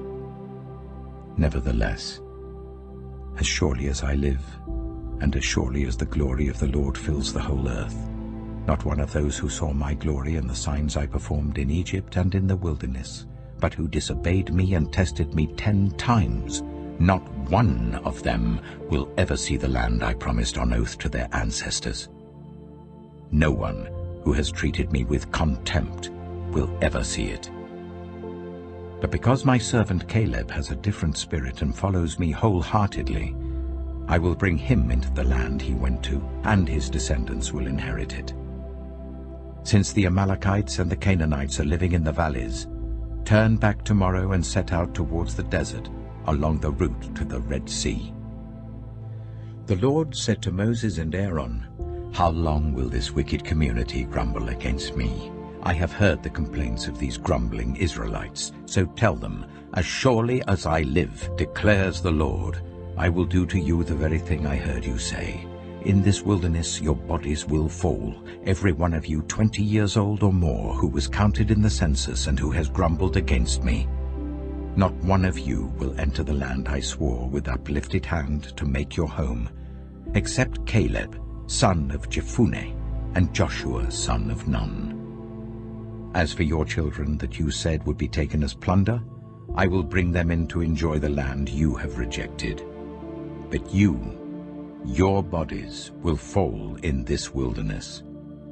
Your children will be shepherds here for 40 years, suffering for your unfaithfulness, until the last of your bodies lies in the wilderness. For 40 years, 1 year for each of the 40 days you explore the land, you will suffer for your sins and know what it is like to have me against you. I, the Lord, have spoken, and I will surely do these things to this whole wicked community which has banded together against me. They will meet their end in this wilderness. Here they will die." So the men Moses had sent to explore the land, who returned and made the whole community grumble against him by spreading a bad report about it, these men who were responsible for spreading the bad report about the land were struck down and died of a plague before the Lord. Of the men who went to explore the land, only Joshua son of Nun and Caleb son of Jephunneh survived. When Moses reported this to all the Israelites, they mourned bitterly. Early the next morning they set out for the highest point in the hill country, saying, "Now we are ready to go up to the land the Lord promised. Surely we have sinned." But Moses said, "Why are you disobeying the Lord's command? This will not succeed. Do not go up, because the Lord is not with you. You will be defeated by your enemies. For the Amalekites and the Canaanites will face you there. Because you have turned away from the Lord, he will not be with you, and you will fall by the sword." Nevertheless, in their presumption they went up towards the highest point in the hill country, though neither Moses nor the ark of the Lord's covenant moved from the camp. Then the Amalekites and the Canaanites who lived in that hill country came down and attacked them and beat them down all the way to Hormah. Numbers chapter 15. The Lord said to Moses, "Speak to the Israelites and say to them, after you enter the land I am giving you as a home, and you present to the Lord food offerings from the herd or the flock, as an aroma pleasing to the Lord, whether burnt offerings or sacrifices, for special vows or free will offerings or festival offerings, then the person who brings an offering shall present to the Lord a grain offering of 1/10 of an ephah of the finest flour, mixed with 1/4 of a hin of olive oil. With each lamb for the burnt offering or the sacrifice, prepare 1/4 of a hin of wine as a drink offering. With a ram, prepare a grain offering of 1/5 of an ephah of the finest flour mixed with 1/3 of a hin of olive oil, and 1/3 of a hin of wine as a drink offering. Offer it as an aroma pleasing to the Lord. When you prepare a young bull as a burnt offering or sacrifice, for a special vow or a fellowship offering to the Lord, bring with the bull a grain offering of 3/10 of an ephah of the finest flour, mixed with 1/2 a hin of olive oil. And also bring 1/2 a hin of wine as a drink offering. This will be a food offering, an aroma pleasing to the Lord. Each bull or ram, each lamb or young goat is to be prepared in this manner. Do this for each one, for as many as you prepare. Everyone who is native-born must do these things in this way when they present a food offering as an aroma pleasing to the Lord. For generations to come, whenever a foreigner or anyone else living among you presents a food offering as an aroma pleasing to the Lord, they must do exactly as you do. The community is to have the same rules for you and for the foreigner residing among you.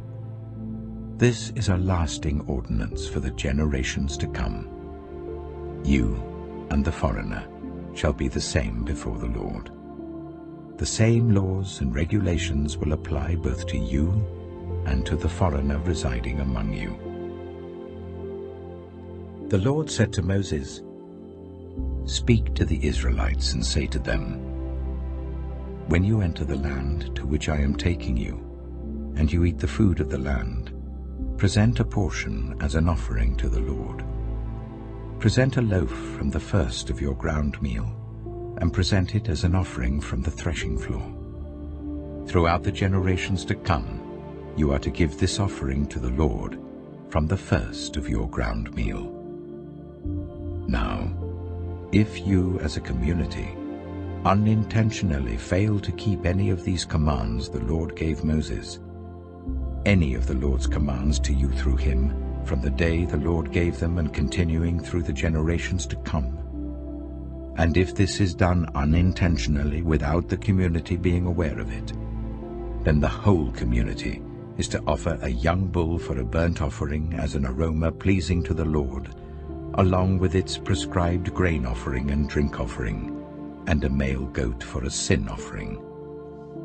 The priest is to make atonement for the whole Israelite community, and they will be forgiven, for it was not intentional, and they have presented to the Lord for their wrong a food offering and a sin offering.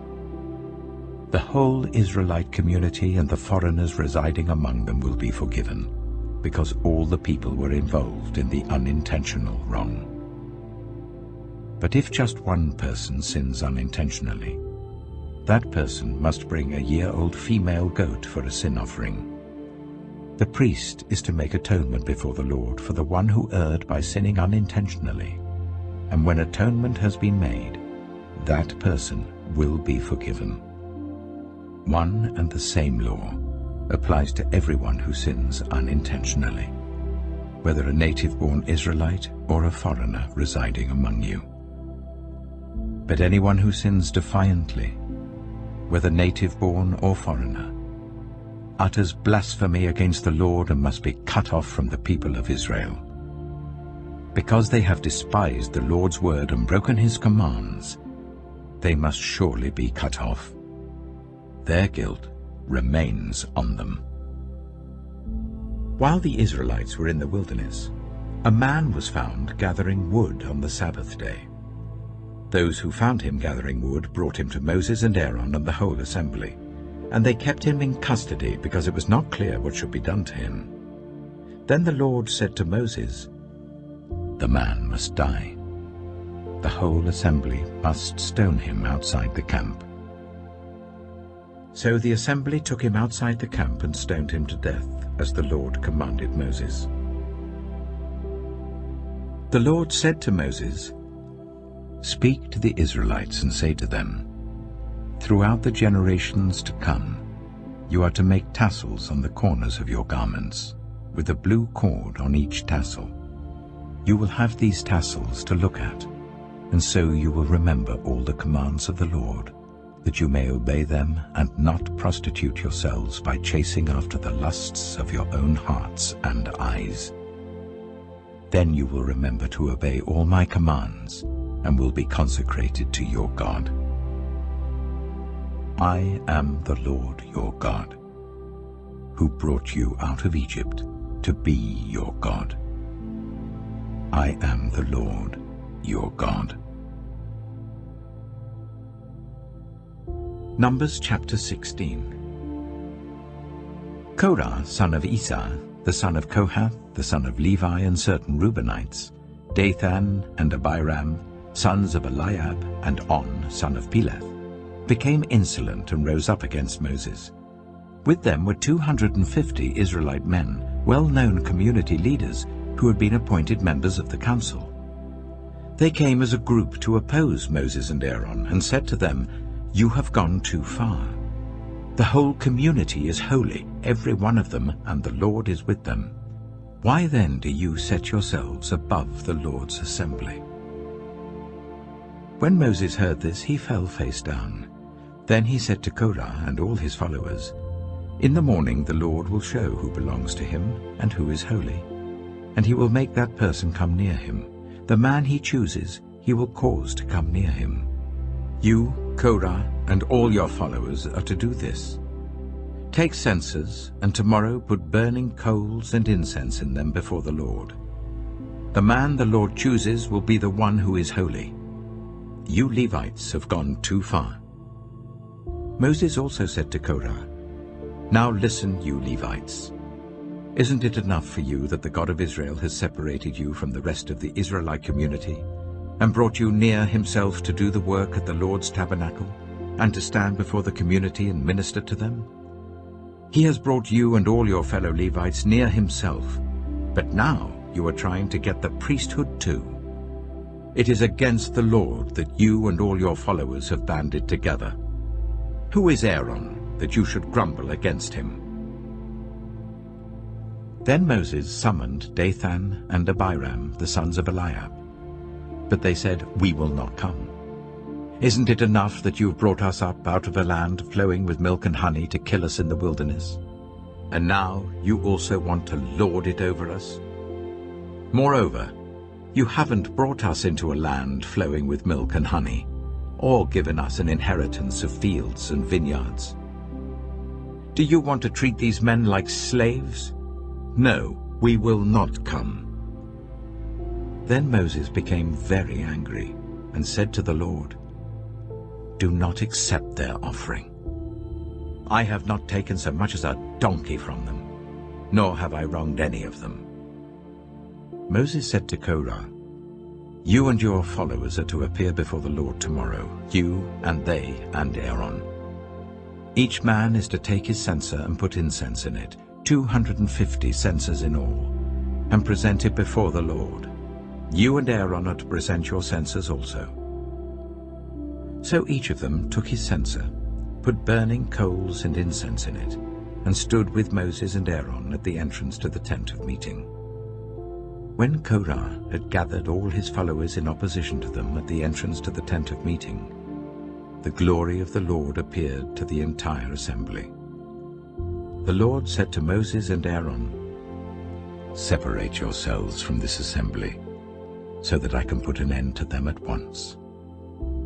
But Moses and Aaron fell face down and cried out, "O God, the God who gives breath to all living things, will you be angry with the entire assembly when only one man sins?" Then the Lord said to Moses, "Say to the assembly, move away from the tents of Korah, Dathan, and Abiram." Moses got up and went to Dathan and Abiram, and the elders of Israel followed him. He warned the assembly, "Move back from the tents of these wicked men. Do not touch anything belonging to them, or you will be swept away because of all their sins." So they moved away from the tents of Korah, Dathan, and Abiram. Dathan and Abiram had come out and were standing with their wives, children, and little ones at the entrances to their tents.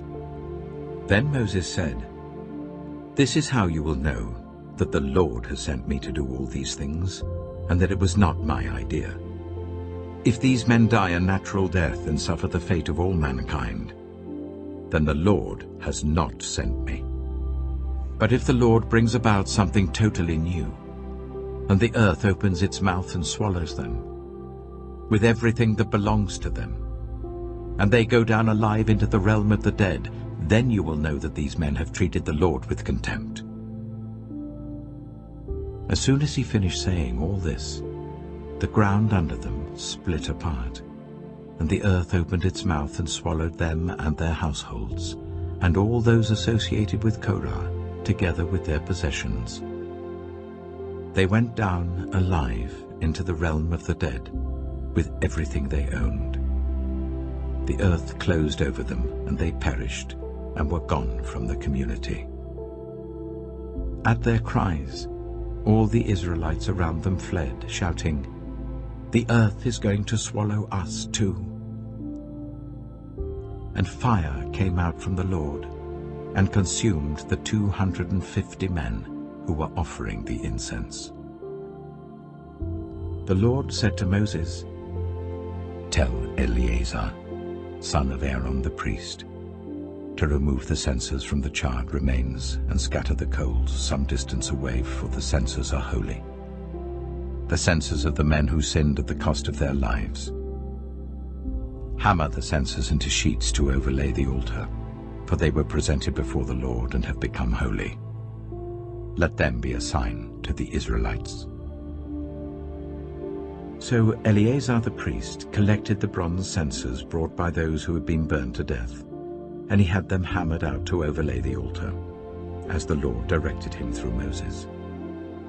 This was to remind the Israelites that no one except a descendant of Aaron should come to burn incense before the Lord, or he would become like Korah and his followers. The next day, the whole Israelite community grumbled against Moses and Aaron. "You have killed the Lord's people," they said. But when the assembly gathered in opposition to Moses and Aaron and turned towards the tent of meeting, suddenly the cloud covered it, and the glory of the Lord appeared. Then Moses and Aaron went to the front of the tent of meeting, and the Lord said to Moses, "Get away from this assembly, so that I can put an end to them at once." And they fell face down. Then Moses said to Aaron, "Take your censer and put incense in it, along with burning coals from the altar, and hurry to the assembly to make atonement for them. Wrath has come out from the Lord, the plague has started." So Aaron did as Moses said and ran into the midst of the assembly. The plague had already started among the people, but Aaron offered the incense and made atonement for them. He stood between the living and the dead, and the plague stopped. But 14,700 people died from the plague, in addition to those who had died because of Korah. Then Aaron returned to Moses at the entrance to the tent of meeting, for the plague had stopped. Numbers chapter 17. The Lord said to Moses, "Speak to the Israelites, and get 12 staffs from them, one from the leader of each of their ancestral tribes. Write the name of each man on his staff. On the staff of Levi, write Aaron's name, for there must be one staff for the head of each ancestral tribe. Place them in the tent of meeting in front of the ark of the covenant law, where I meet with you. The staff belonging to the man I choose will sprout, and I will rid myself of this constant grumbling against you by the Israelites." So Moses spoke to the Israelites, and their leaders gave him 12 staffs, one for the leader of each of their ancestral tribes, and Aaron's staff was among them. Moses placed the staffs before the Lord in the tent of the covenant law. The next day, Moses entered the tent and saw that Aaron's staff, which represented the tribe of Levi, had not only sprouted, but had budded, blossomed, and produced almonds. Then Moses brought out all the staffs from the Lord's presence to all the Israelites. They looked at them, and each of the leaders took his own staff. The Lord said to Moses, "Put back Aaron's staff in front of the ark of the covenant law, to be kept as a sign to the rebellious. This will put an end to their grumbling against me, so that they will not die." Moses did just as the Lord commanded him. The Israelites said to Moses, "We shall die. We are lost. We are all lost. Anyone who even comes near the tabernacle of the Lord will die. Are we all going to die?" Numbers chapter 18. The Lord said to Aaron, "You, your sons, and your family are to bear the responsibility for offenses connected with the sanctuary, and you and your sons alone are to bear the responsibility for offenses connected with the priesthood. Bring your fellow Levites from your ancestral tribe to join you and assist you when you and your sons minister before the tent of the covenant law, They are to be held responsible to you, and are to perform all the duties of the tent. But they must not go near the furnishings of the sanctuary or the altar, otherwise both they and you will die. They are to join you and be responsible for the care of the tent of meeting, all the work at the tent, and no one else may come near where you are.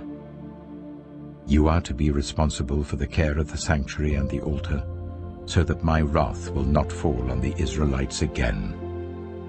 I myself have selected your fellow Levites from among the Israelites as a gift to you, dedicated to the Lord to do the work at the tent of meeting. But only you and your sons may serve as priests in connection with everything at the altar and inside the curtain. I am giving you the service of the priesthood as a gift. Anyone else who comes near the sanctuary is to be put to death." Then the Lord said to Aaron, "I myself have put you in charge of the offerings presented to me. All the holy offerings the Israelites give me, I give to you and your sons as your portion, your perpetual share. You are to have the part of the most holy offerings that is kept from the fire. From all the gifts they bring me as most holy offerings, whether grain or sin or guilt offerings, that part belongs to you and your sons. Eat it as something most holy. Every male shall eat it. You must regard it as holy. This also is yours. Whatever is set aside from the gifts of all the wave offerings of the Israelites, I give this to you and your sons and daughters as your perpetual share. Everyone in your household who is ceremonially clean may eat it.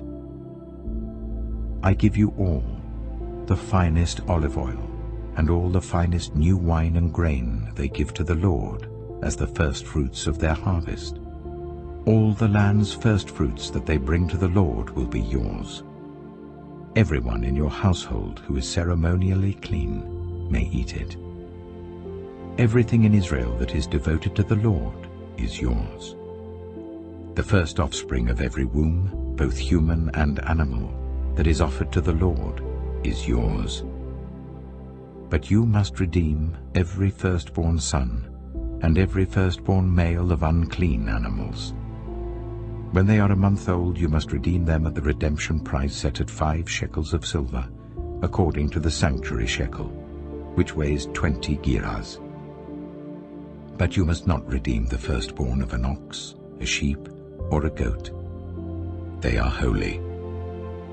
Splash their blood against the altar, and burn their fat as a food offering, an aroma pleasing to the Lord. Their meat is to be yours, just as the breast of the wave offering and the right thigh are yours. Whatever is set aside from the holy offerings the Israelites present to the Lord, I give to you and your sons and daughters as your perpetual share. It is an everlasting covenant of salt before the Lord, for both you and your offspring."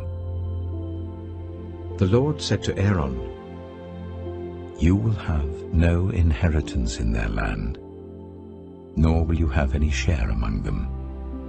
I am your share and your inheritance among the Israelites. I give to the Levites all the tithes in Israel as their inheritance in return for the work they do while serving at the tent of meeting. From now on, the Israelites must not go near the tent of meeting, or they will bear the consequences of their sin and will die. It is the Levites who are to do the work at the tent of meeting and bear the responsibility for any offenses they commit against it.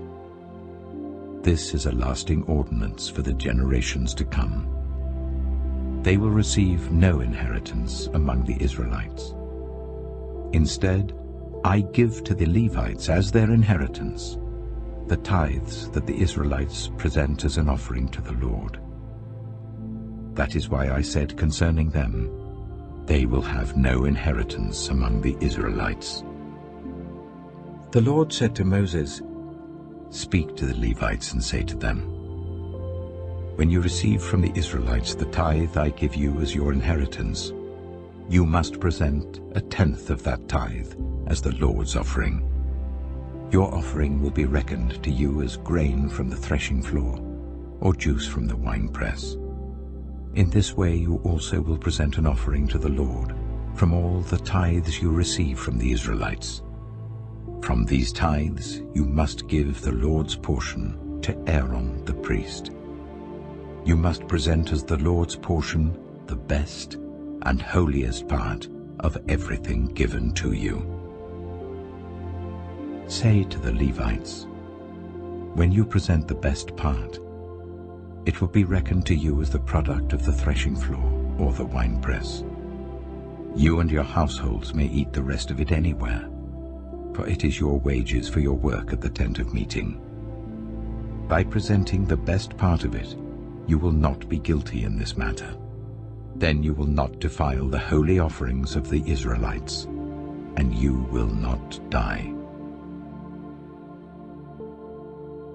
Numbers chapter 19. The Lord said to Moses and Aaron, "This is a requirement of the law that the Lord has commanded. Tell the Israelites to bring you a red heifer without defect or blemish, and that has never been under a yoke. Give it to Eleazar the priest. It is to be taken outside the camp and slaughtered in his presence. Then Eleazar the priest is to take some of its blood on his finger and sprinkle it 7 times towards the front of the tent of meeting.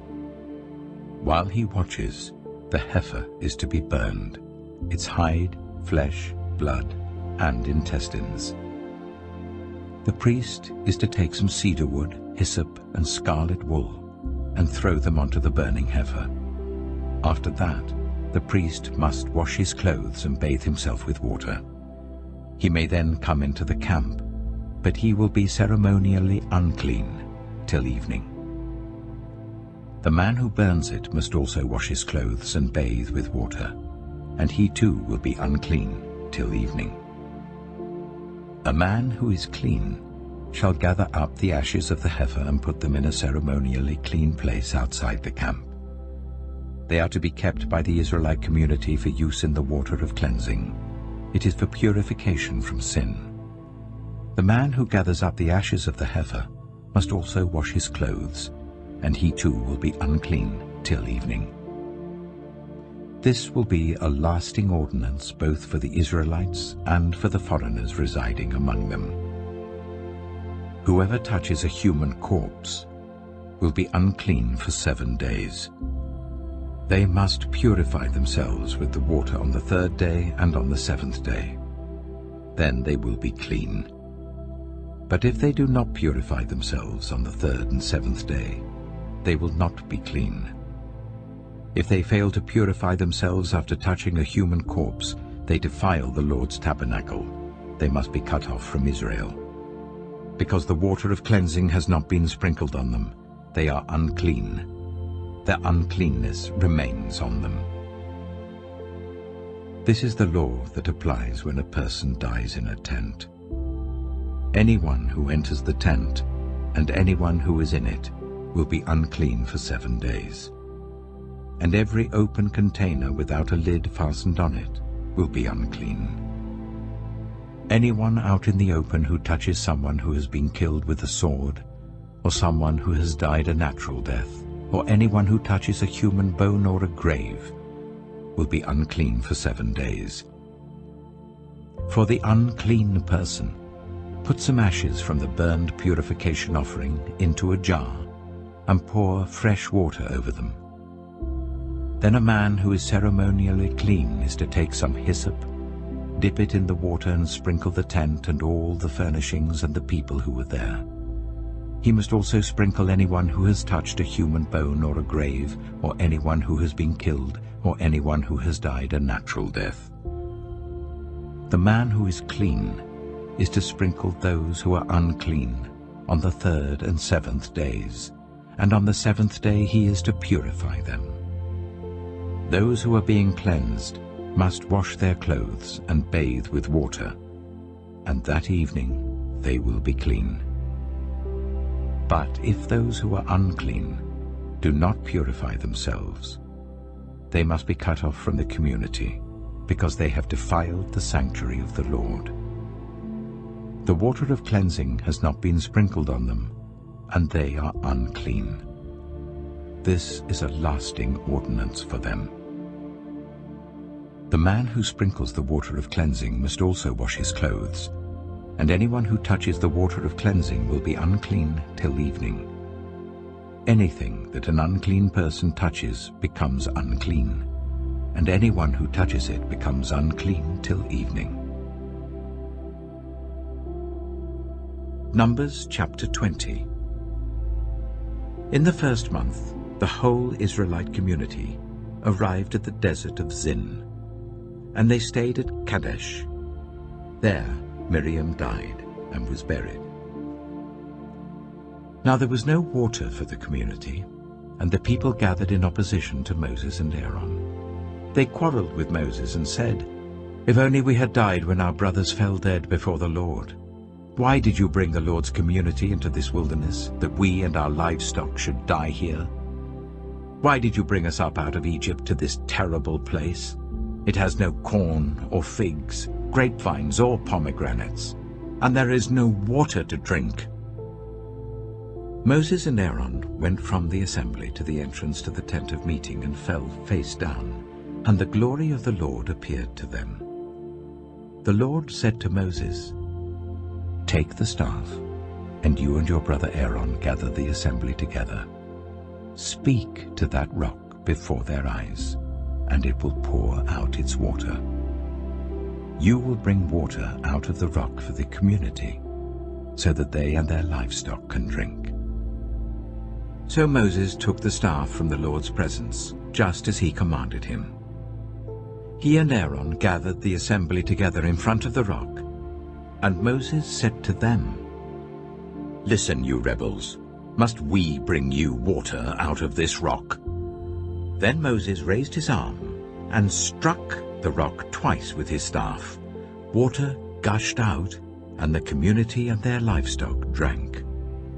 But the Lord said to Moses and Aaron, "Because you did not trust in me enough to honor me as holy in the sight of the Israelites, you will not bring this community into the land I give them." These were the waters of Meribah, where the Israelites quarreled with the Lord, and where he was proved holy among them. Moses sent messengers from Kadesh to the king of Edom, saying, "This is what your brother Israel says. You know about all the hardships that have come on us. Our ancestors went down into Egypt, and we lived there many years. The Egyptians ill-treated us and our ancestors, but when we cried out to the Lord, he heard our cry, and sent an angel and brought us out of Egypt. Now we are here at Kadesh, a town on the edge of your territory. Please let us pass through your country. We will not go through any field or vineyard or drink water from any well. We will travel along the king's highway and not turn to the right or to the left until we have passed through your territory." But Edom answered, "You may not pass through here. If you try, we will march out and attack you with the sword." The Israelites replied, "We will go along the main road, and if we or our livestock drink any of your water, we will pay for it. We only want to pass through on foot, nothing else." Again they answered, "You may not pass through." Then Edom came out against them with a large and powerful army. Since Edom refused to let them go through their territory, Israel turned away from them. The whole Israelite community set out from Kadesh and came to Mount Hor. At Mount Hor, near the border of Edom, the Lord said to Moses and Aaron, "Aaron will be gathered to his people. He will not enter the land I give the Israelites, because both of you rebelled against my command at the waters of Meribah. Call Aaron and his son Eleazar, and take them up Mount Hor.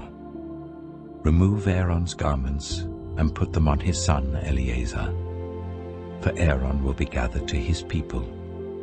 He will die there." Moses did as the Lord commanded.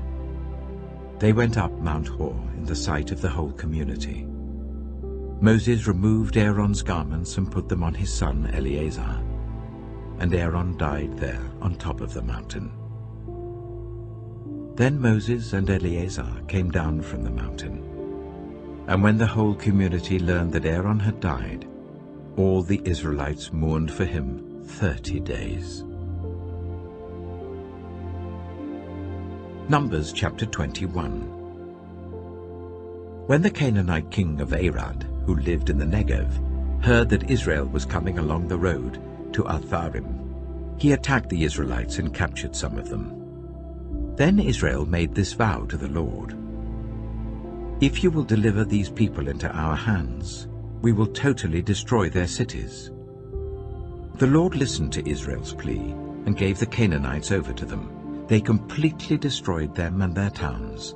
So the place was named Hormah. They traveled from Mount Hor along the route to the Red Sea to go round Edom. But the people grew impatient on the way. They spoke against God and against Moses and said, "Why have you brought us up out of Egypt to die in the wilderness? There is no bread, there is no water, and we detest this miserable food." Then the Lord sent venomous snakes among them. They bit the people, and many Israelites died. The people came to Moses and said, "We sinned when we spoke against the Lord and against you. Pray that the Lord will take the snakes away from us." So Moses prayed for the people. The Lord said to Moses, "Make a snake and put it up on a pole. Anyone who is bitten can look at it and live." So Moses made a bronze snake and put it up on a pole. Then when anyone was bitten by a snake and looked at the bronze snake, they lived. The Israelites moved on and camped at Oboth. Then they set out from Oboth and camped in Abarim, in the wilderness that faces Moab towards the sunrise. From there they moved on and camped in the Zered Valley. They set out from there and camped alongside the Arnon, which is in the wilderness extending into Amorite territory. The Arnon is the border of Moab, between Moab and the Amorites. That is why the book of the wars of the Lord says, "Zahab in Zuphah and the ravines, the Arnon and the slopes of the ravines that lead to the settlement of Ar, and lie along the border of Moab." From there they continued on to Beer, the well where the Lord said to Moses, "Gather the people together, and I will give them water." Then Israel sang this song: "Spring up, O well, sing about it, about the well that the princes dug, that the nobles of the people sank, the nobles with scepters and staffs." Then they went from the wilderness to Mattanah, from Mattanah to Nahaliel, from Nahaliel to Bamoth, and from Bamoth to the valley in Moab, where the top of Pisgah overlooks the wasteland. Israel sent messengers to say to Sihon, king of the Amorites, "Let us pass through your country. We will not turn aside into any field or vineyard or drink water from any well. We will travel along the king's highway until we have passed through your territory." But Sihon would not let Israel pass through his territory. He mustered his entire army and marched out into the wilderness against Israel. When he reached Jahaz, he fought with Israel. Israel, however, put him to the sword and took over his land from the Arnon to the Jabbok, but only as far as the Ammonites, because their border was fortified. Israel captured all the cities of the Amorites and occupied them, including Heshbon and all its surrounding settlements. Heshbon was the city of Sihon, king of the Amorites, who had fought against the former king of Moab, and had taken from him all his land as far as the Arnon. That is why the poets say, "Come to Heshbon and let it be rebuilt. Let Sihon's city be restored." Fire went out from Heshbon, a blaze from the city of Sihon. It consumed Ar of Moab, the citizens of Arnon's heights. Woe to you, Moab! You are destroyed, people of Chemosh. He has given up his sons as fugitives and his daughters as captives to Sihon, king of the Amorites. But we have overthrown them. Heshbon's dominion has been destroyed all the way to Dibon, and we have demolished them as far as Nophah, which extends to Medeba. So Israel settled in the land of the Amorites. After Moses had sent spies to Jazer, the Israelites captured its surrounding settlements and drove out the Amorites who were there. Then they turned and went up along the road towards Bashan. And Og, king of Bashan, and his whole army marched out to meet them in battle at Edrei. The Lord said to Moses, "Do not be afraid of him, for I have delivered him into your hands, along with his whole army and his land. Do to him what you did to Sihon, king of the Amorites, who reigned in Heshbon." So they struck him down, together with his sons and his whole army, leaving them no survivors, and they took possession of his land. Numbers chapter 22. Then the Israelites traveled to the plains of Moab and camped along the Jordan opposite Jericho. Now Balak, son of Zippor, saw all that Israel had done to the Amorites, and Moab was terrified because there were so many people. Indeed, Moab was filled with dread because of the Israelites. The Moabites said to the elders of Midian, "This horde is going to lick up everything around us, as an ox licks up the grass of the field." So Balak, son of Zippor, who was king of Moab at that time, sent messengers to summon Balaam, son of Beor, who was at Pethor, near the river Euphrates, in his native land. Balak said, "A people has come out of Egypt. They cover the face of the land and have settled next to me. Now come and put a curse on these people, because they are too powerful for me. Perhaps then I will be able to defeat them and drive them out of the land. For I know that whoever you bless is blessed, and whoever you curse is cursed." The elders of Moab and Midian left, taking with them the fee for divination. When they came to Balaam, they told him what Balak had said. "Spend the night here," Balaam said to them, "and I will report back to you with the answer the Lord gives me." So the Moabite officials stayed with him. God came to Balaam and asked, "Who are these men with you?" Balaam said to God, "Balak, son of Zippor, king of Moab, sent me this message. A people that has come out of Egypt covers the face of the land. Now come and put a curse on them for me. Perhaps then I will be able to fight them and drive them away." But God said to Balaam, "Do not go with them. You must not put a curse on those people because they are blessed."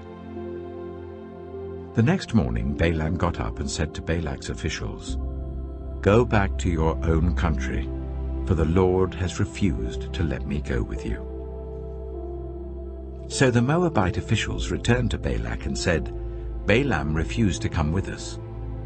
Then Balak sent other officials more numerous and more distinguished than the first. They came to Balaam and said, "This is what Balak son of Zippor says. Do not let anything keep you from coming to me, because I will reward you handsomely and do whatever you say. Come and put a curse on these people for me."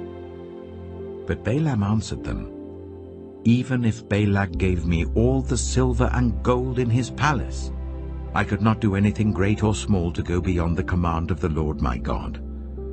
Now spend the night here so that I can find out what else the Lord will tell me." That night God came to Balaam and said, "Since these men have come to summon you, go with them, but do only what I tell you." Balaam got up in the morning, saddled his donkey, and went with the Moabite officials. But God was very angry when he went, and the angel of the Lord stood in the road to oppose him.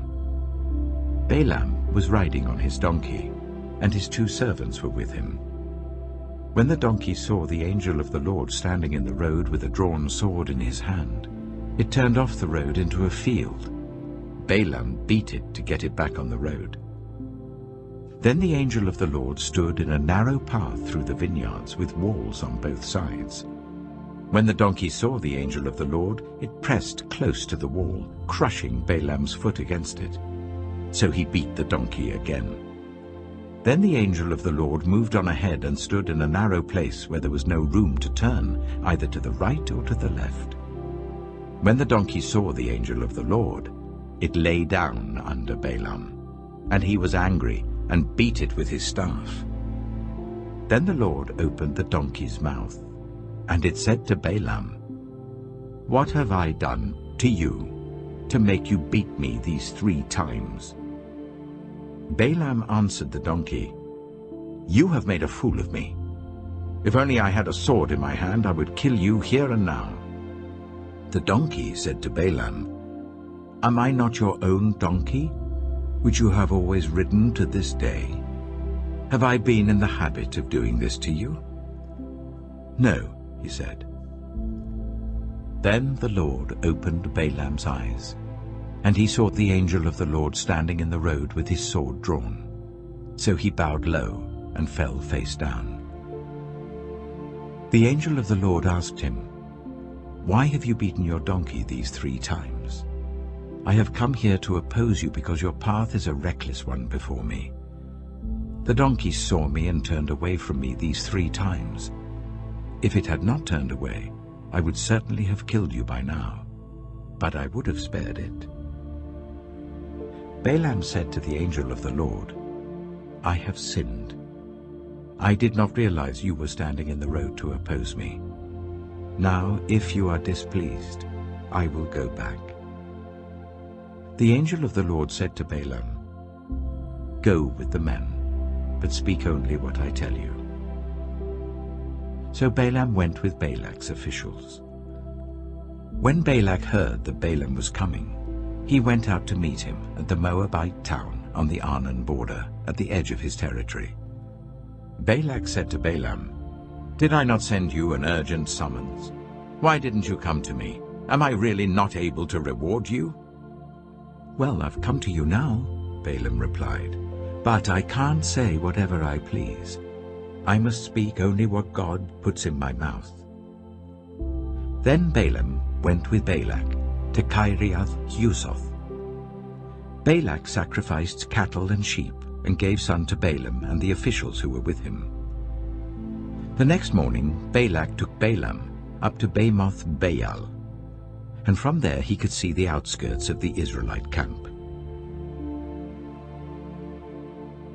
Numbers chapter 23. Balaam said, "Build me 7 altars here, and prepare 7 bulls and 7 rams for me." Balak did as Balaam said, and the 2 of them offered a bull and a ram on each altar. Then Balaam said to Balak, "Stay here beside your offering while I go aside. Perhaps the Lord will come to meet with me. Whatever he reveals to me I will tell you." Then he went off to a barren height. God met with him, and Balaam said, "I have prepared 7 altars, and on each altar I have offered a bull and a ram." The Lord put a word in Balaam's mouth and said, "Go back to Balak and give him this word." So he went back to him and found him standing beside his offering with all the Moabite officials. Then Balaam spoke his message. "Balak brought me from Aram, the king of Moab from the eastern mountains. Come," he said, "curse Jacob for me. Come, denounce Israel." How can I curse those whom God has not cursed? How can I denounce those whom the Lord has not denounced? From the rocky peaks I see them. From the heights I view them. I see people who live apart and do not consider themselves one of the nations. Who can count the dust of Jacob, or number even 1/4 of Israel? Let me die the death of the righteous, and may my final end be like theirs. Balak said to Balaam, "What have you done to me? I brought you to curse my enemies, but you have done nothing but bless them." He answered, "Must I not speak what the Lord puts in my mouth?" Then Balak said to him, "Come with me to another place where you can see them. You will not see them all, but only the outskirts of their camp, and from there curse them for me." So he took him to the field of Zophim on the top of Pisgah, and there he built 7 altars and offered a bull and a ram on each altar. Balaam said to Balak, "Stay here beside your offering, while I meet with him over there." The Lord met with Balaam and put a word in his mouth and said, "Go back to Balak and give him this word." So he went to him and found him standing beside his offering with the Moabite officials. Balak asked him, "What did the Lord say?" Then he spoke his message. "Arise, Balak, and listen. Hear me, son of Zippor. God is not human, that he should lie, not a human being, that he should change his mind. Does he speak and then not act? Does he promise and not fulfill? I have received a command to bless. He has blessed, and I cannot change it. No misfortune is seen in Jacob, no misery observed in Israel. The Lord their God is with them. The shout of the king is among them. God brought them out of Egypt. They have the strength of a wild ox. There is no divination against Jacob, no evil omens against Israel.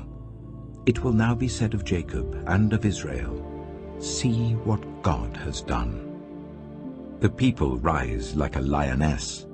They rouse themselves like a lion that does not rest till it devours its prey and drinks the blood of its victims." Then Balak said to Balaam, "Neither curse them at all, nor bless them at all." Balaam answered, "Did I not tell you I must do whatever the Lord says?" Then Balak said to Balaam, "Come, let me take you to another place. Perhaps it will please God to let you curse them for me from there."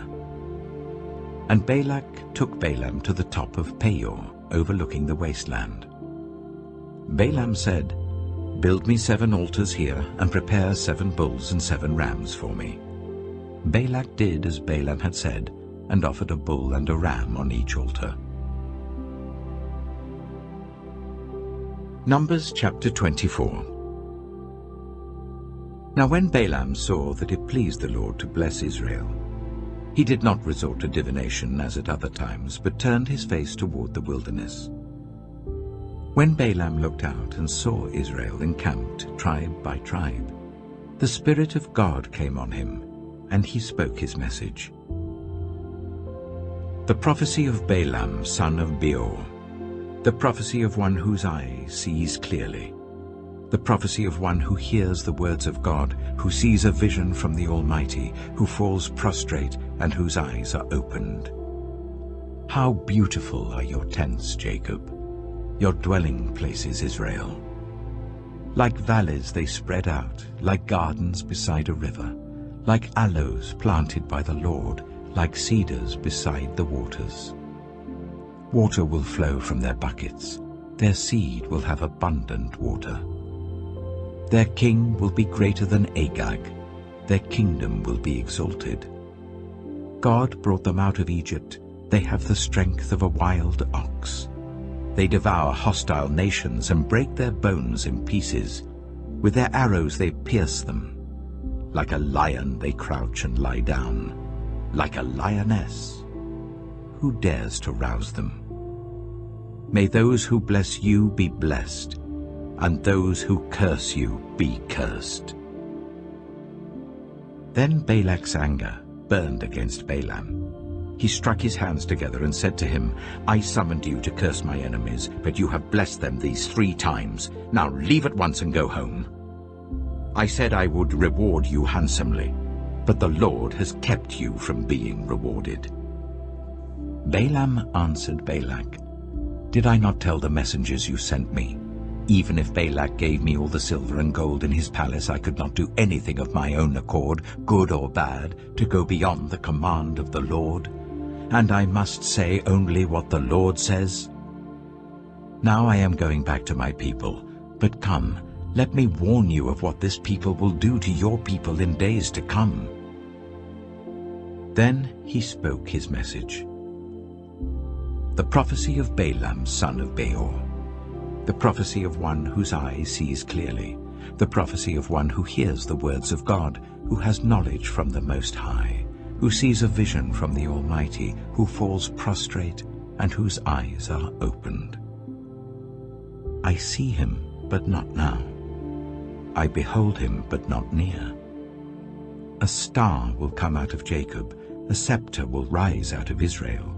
He will crush the foreheads of Moab, the skulls of all the people of Sheth. Edom will be conquered.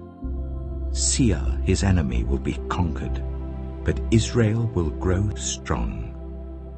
A ruler will come out of Jacob and destroy the survivors of the city. Then Balaam saw Amalek and spoke his message.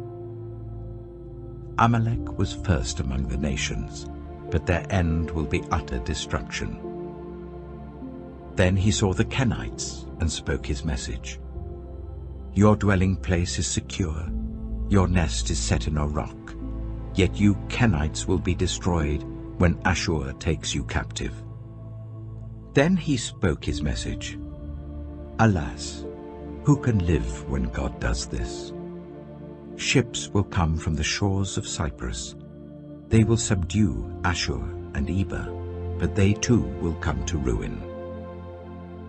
Then Balaam got up and returned home, and Balak went his own way.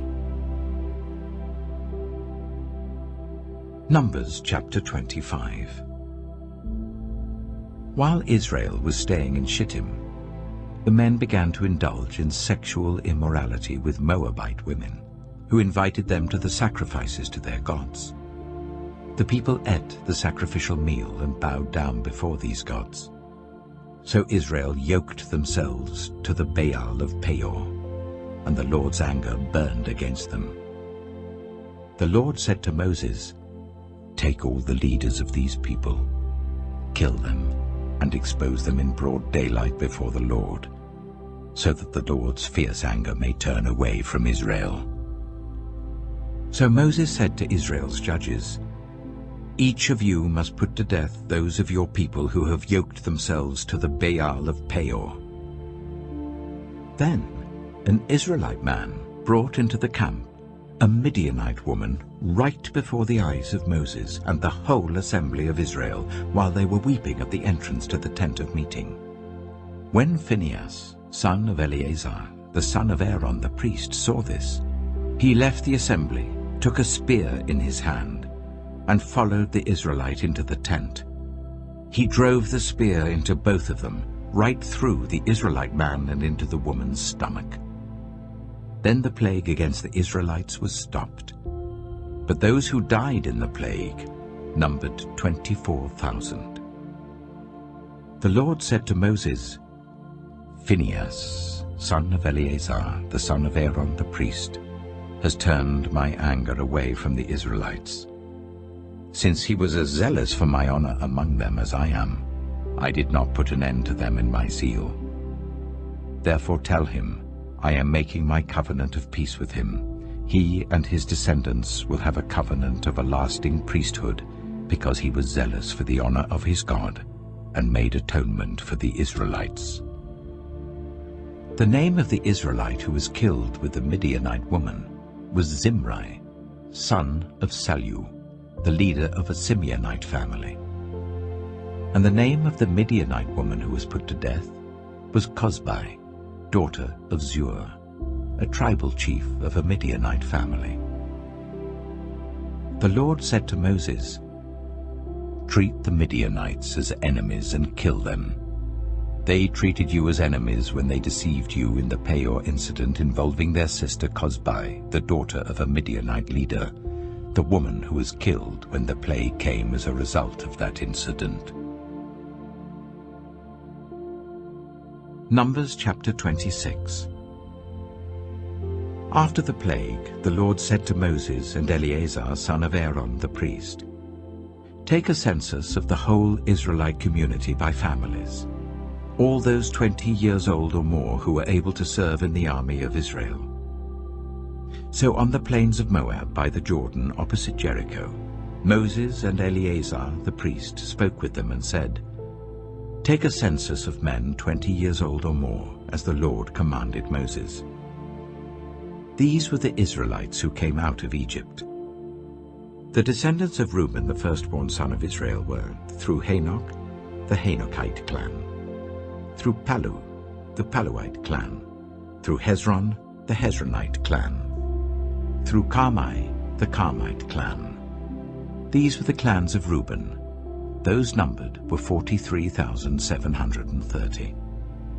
The son of Palu was Eliab. The sons of Eliab were Nemuel, Dathan, and Abiram. The same Dathan and Abiram were the community officials who rebelled against Moses and Aaron, and were among Korah's followers when they rebelled against the Lord. The earth opened its mouth and swallowed them along with Korah, whose followers died when the fire devoured the 250 men. And they served as a warning sign. The line of Korah, however, did not die out. The descendants of Simeon by their clans were, through Nemuel, the Nemuelite clan; through Jamin, the Jaminite clan; through Jachin, the Jachinite clan; through Zerah, the Zerahite clan; through Sheul, the Sheulite clan. These were the clans of Simeon. Those numbered were 22,200. The descendants of Gad by their clans were, through Zephon, the Zephonite clan; through Haggai, the Haggite clan; through Shunai, the Shunite clan; through Ozni, the Oznite clan; through Eri, the Erite clan; through Arodai, the Arodite clan; through Areli, the Arelite clan. These were the clans of Gad. Those numbered were 40,500.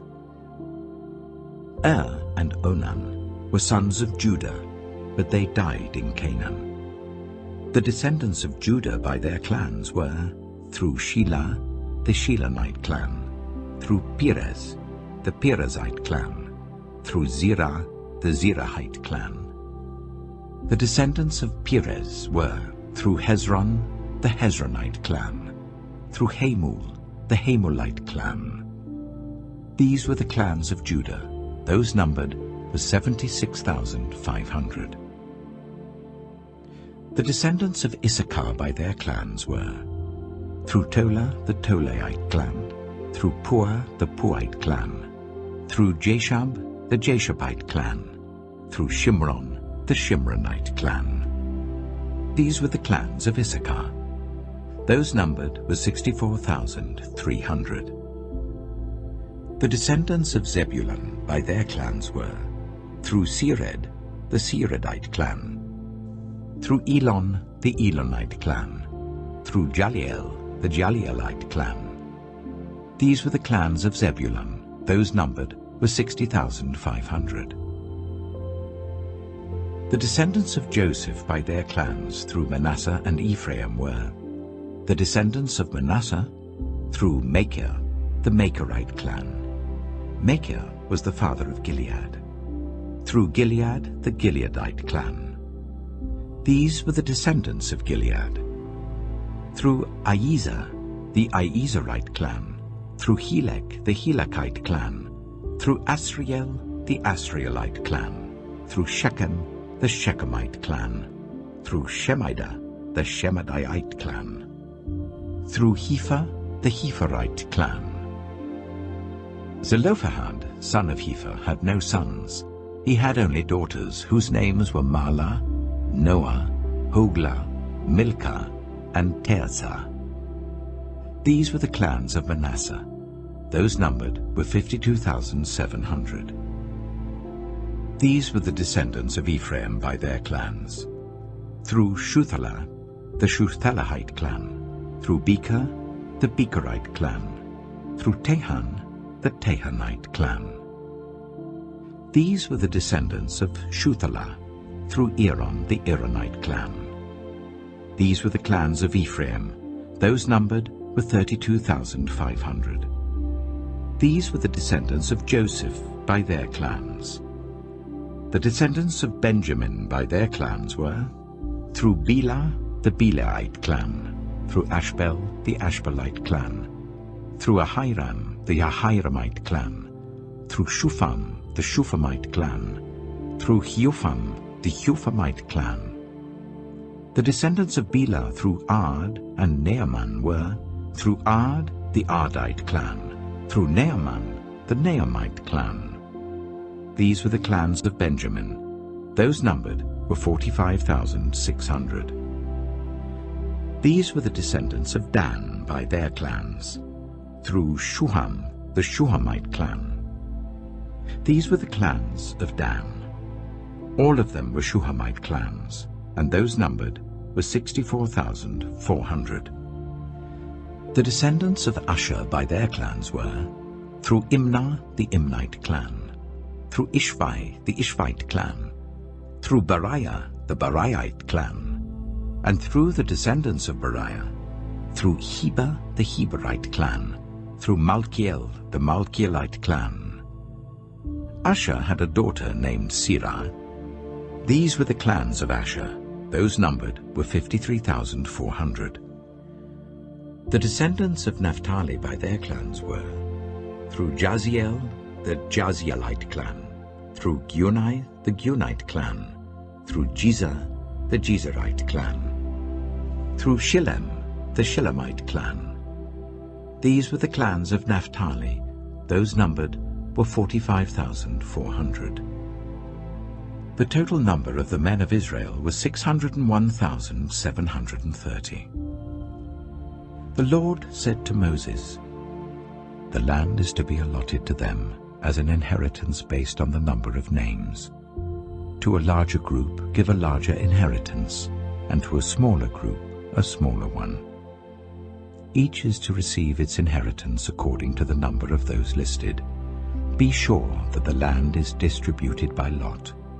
What each group inherits will be according to the names for its ancestral tribe. Each inheritance is to be distributed by lot among the larger and smaller groups." These were the Levites who were counted by their clans. Through Gershon, the Gershonite clan. Through Kohath, the Kohathite clan. Through Merari, the Merarite clan. These also were Levite clans: the Libnite clan, the Hebronite clan, the Marlite clan, the Mushite clan, the Korahite clan. Kohath was the forefather of Amram. The name of Amram's wife was Jochebed, a descendant of Levi who was born to the Levites in Egypt. To Amram she bore Aaron, Moses, and their sister Miriam. Aaron was the father of Nadab and Abihu, Eleazar and Ithamar. But Nadab and Abihu died when they made an offering before the Lord with unauthorized fire. All the male Levites a month old or more numbered 23,000. They were not counted along with the other Israelites because they received no inheritance among them. These are the ones counted by Moses and Eleazar the priest when they counted the Israelites on the plains of Moab by the Jordan opposite Jericho. Not one of them was among those counted by Moses and Aaron the priest when they counted the Israelites in the desert of Sinai. For the Lord had told those Israelites they would surely die in the wilderness, and not one of them was left except Caleb, son of Jephunneh, and Joshua, son of Nun. Numbers chapter 27. The daughters of Zelophehad, son of Hepher, the son of Gilead, the son of Machir, the son of Manasseh, belonged to the clans of Manasseh, son of Joseph. The names of the daughters were Mahlah, Noah, Hoglah, Milcah, and Tirzah. They came forward and stood before Moses, Eleazar the priest, the leaders and the whole assembly at the entrance to the tent of meeting, and said, "Our father died in the wilderness. He was not among Korah's followers who banded together against the Lord, but he died for his own sin and left no sons. Why should our father's name disappear from his clan because he had no son? Give us property among our father's relatives." So Moses brought their case before the Lord, And the Lord said to him, "What Zelophehad's daughters are saying is right. You must certainly give them property as an inheritance among their father's relatives, and give their father's inheritance to them. Say to the Israelites, if a man dies and leaves no son, give his inheritance to his daughter. If he has no daughter, give his inheritance to his brothers. If he has no brothers, give his inheritance to his father's brothers. If his father had no brothers, give his inheritance to the nearest relative in his clan, that he may possess it. This is to have the force of law for the Israelites, as the Lord commanded Moses." Then the Lord said to Moses, "Go up this mountain in the Abarim range, and see the land I have given the Israelites. After you have seen it, you too will be gathered to your people as your brother Aaron was. For when the community rebelled at the waters in the desert of Zin, both of you disobeyed my command to honor me as holy before their eyes." These were the waters of Meribah Kadesh in the desert of Zin. Moses said to the Lord, "May the Lord, the God who gives breath to all living things, appoint someone over this community to go out and come in before them, one who will lead them out and bring them in, so that the Lord's people will not be like sheep without a shepherd." So the Lord said to Moses, "Take Joshua, son of Nun, a man in whom is the spirit of leadership, and lay your hand on him. Make him stand before Eleazar the priest and the entire assembly, and commission him in their presence. Give him some of your authority, so that the whole Israelite community will obey him. He is to stand before Eleazar the priest, who will obtain decisions for him by inquiring of the Urim before the Lord. At his command, he and the entire community of the Israelites will go out, and at his command they will come in." Moses did as the Lord commanded him. He took Joshua and made him stand before Eleazar the priest and the whole assembly. Then he laid his hands on him and commissioned him, as the Lord instructed through Moses. Numbers chapter 28. The Lord said to Moses, "Give this command to the Israelites, and say to them, make sure that you present to me at the appointed time my food offerings as an aroma pleasing to me. Say to them, this is the food offering you are to present to the Lord. 2 lambs a year old without defect as a regular burnt offering each day. Offer 1 lamb in the morning and the other at twilight, together with a grain offering of 1/10 of an ephah of the finest flour, mixed with 1/4 of a hin of oil from pressed olives. This is the regular burnt offering instituted at Mount Sinai as a pleasing aroma, a food offering presented to the Lord. The accompanying drink offering is to be 1/4 of a hin of fermented drink with each lamb. Pour out the drink offering to the Lord at the sanctuary. Offer the 2nd lamb at twilight, along with the same kind of grain offering and drink offering that you offer in the morning. This is a food offering, an aroma pleasing to the Lord. On the Sabbath day, make an offering of 2 lambs a year old without defect, together with its drink offering, and a grain offering of 1/5 of an ephah of the finest flour mixed with olive oil. This is the burnt offering for every Sabbath, in addition to the regular burnt offering and its drink offering. On the 1st of every month, present to the Lord a burnt offering of 2 young bulls, 1 ram, and 7 male lambs a year old, all without defect. With each bull there is to be a grain offering of 3/10 of an ephah of the finest flour mixed with oil. With the ram, a grain offering of 1/5 of an ephah of the finest flour mixed with oil. And with each lamb, a grain offering of 1/10 of an ephah of the finest flour mixed with oil. This is for a burnt offering, a pleasing aroma, a food offering presented to the Lord. With each bull there is to be a drink offering of half a hin of wine, with a ram a third of a hin, and with each lamb a quarter of a hin. This is the monthly burnt offering to be made at each new moon during the year. Besides the regular burnt offering with its drink offering, one male goat is to be presented to the Lord as a sin offering. On the 14th day of the first month, the Lord's Passover is to be held. On the 15th day of this month, there is to be a festival. For 7 days eat bread made without yeast. On the first day hold a sacred assembly, and do not do any of your ordinary work. Present to the Lord a food offering consisting of a burnt offering of 2 young bulls, 1 ram, and 7 male lambs a year old, all without defect.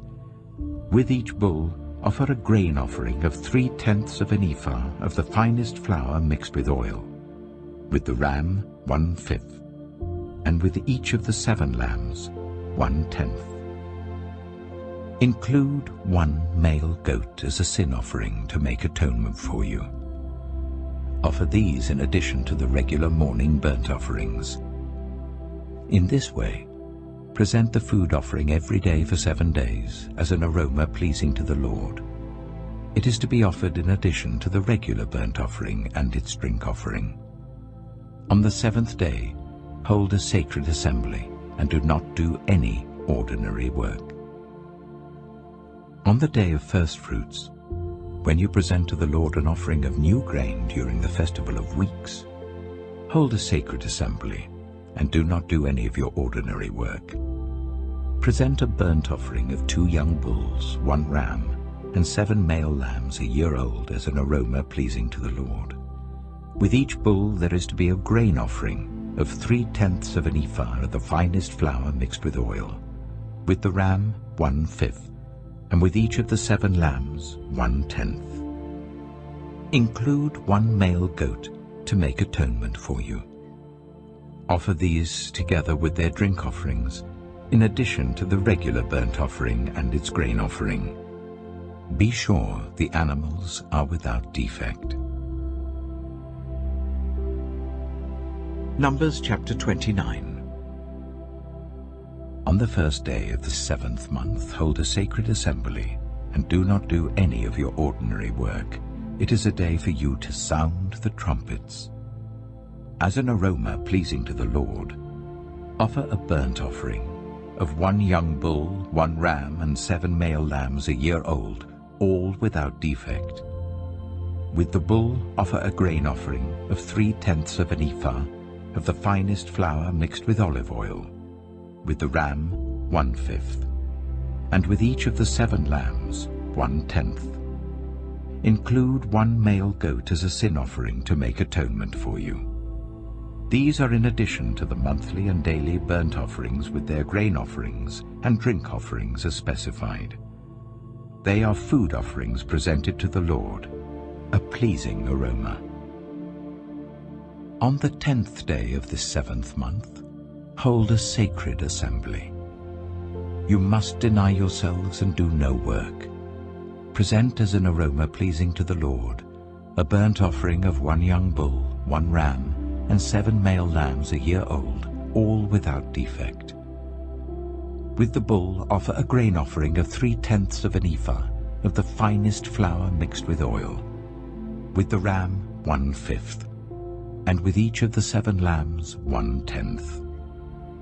Include 1 male goat as a sin offering, in addition to the sin offering for atonement and the regular burnt offering with its grain offering and their drink offerings. On the 15th day of the 7th month, hold a sacred assembly, and do not do any ordinary work. Celebrate a festival to the Lord for 7 days. Present as an aroma pleasing to the Lord a food offering consisting of a burnt offering of 13 young bulls, 2 rams, and 14 male lambs a year old, all without defect. With each of the 13 bulls, offer a grain offering of 3/10 of an ephah of the finest flour mixed with oil. With each of the 2 rams, 1/5, and with each of the 14 lambs, 1/10. Include 1 male goat as a sin offering, in addition to the regular burnt offering with its grain offering and drink offering. On the 2nd day, offer 12 young bulls, 2 rams and 14 male lambs a year old, all without defect. With the bulls, rams, and lambs, offer their grain offerings and drink offerings according to the number specified. Include 1 male goat as a sin offering, in addition to the regular burnt offering with its grain offering and their drink offerings. On the 3rd day, offer 11 bulls, 2 rams, and 14 male lambs a year old, all without defect. With the bulls, rams, and lambs, offer their grain offerings and drink offerings according to the number specified. Include 1 male goat as a sin offering, in addition to the regular burnt offering with its grain offering and drink offering. On the 4th day, offer 10 bulls, 2 rams, and 14 male lambs a year old, all without defect. With the bulls, rams, and lambs, offer their grain offerings and drink offerings according to the number specified. Include 1 male goat as a sin offering, in addition to the regular burnt offering with its grain offering and drink offering. On the 5th day, offer 9 bulls, 2 rams, and 14 male lambs a year old, all without defect. With the bulls, rams, and lambs, offer their grain offerings and drink offerings according to the number specified. Include 1 male goat as a sin offering, in addition to the regular burnt offering with its grain offering and drink offering. On the 6th day, offer 8 bulls, 2 rams, and 14 male lambs a year old, all without defect. With the bulls, rams, and lambs, offer their grain offerings and drink offerings according to the number specified. Include 1 male goat as a sin offering, in addition to the regular burnt offering with its grain offering and drink offering. On the 7th day, offer 7 bulls, 2 rams, and 14 male lambs a year old, all without defect. With the bulls, rams, and lambs, offer their grain offerings and drink offerings according to the number specified. Include 1 male goat as a sin offering, in addition to the regular burnt offering with its grain offering and drink offering. On the 8th day, hold a closing special assembly, and do not do any of your ordinary work. Present as an aroma pleasing to the Lord a food offering consisting of a burnt offering of 1 bull, 1 ram, and 7 male lambs a year old, all without defect. With the bull, the ram, and the lambs, offer their grain offerings and drink offerings according to the number specified. Include 1 male goat as a sin offering, in addition to the regular burnt offering with its grain offering and drink offering. In addition to what you vow, and your free will offerings, offer these to the Lord at your appointed festivals: your burnt offerings, grain offerings, drink offerings, and fellowship offerings. Moses told the Israelites all that the Lord commanded him. Numbers chapter 30. Moses said to the heads of the tribes of Israel, "This is what the Lord commands. When a man makes a vow to the Lord or takes an oath to bind himself by a pledge, he must not break his word, but must do everything he said. When a young woman still living in her father's household makes a vow to the Lord or binds herself by a pledge, and her father hears about her vow or pledge, but says nothing to her, then all her vows and every pledge by which she bound herself will stand. But if her father forbids her when he hears about it, none of her vows or the pledges by which she bound herself will stand. The Lord will release her because her father has forbidden her. If she marries after she makes a vow, or after her lips utter a rash promise by which she binds herself, and her husband hears about it but says nothing to her, then her vows or the pledges by which she bound herself will stand. But if her husband forbids her when he hears about it, he nullifies the vow that binds her, or the rash promise by which she binds herself, and the Lord will release her. Any vow or obligation taken by a widow or divorced woman will be binding on her. If a woman living with her husband makes a vow or binds herself by a pledge under oath, and her husband hears about it but says nothing to her and does not forbid her, then all her vows or the pledges by which she bound herself will stand.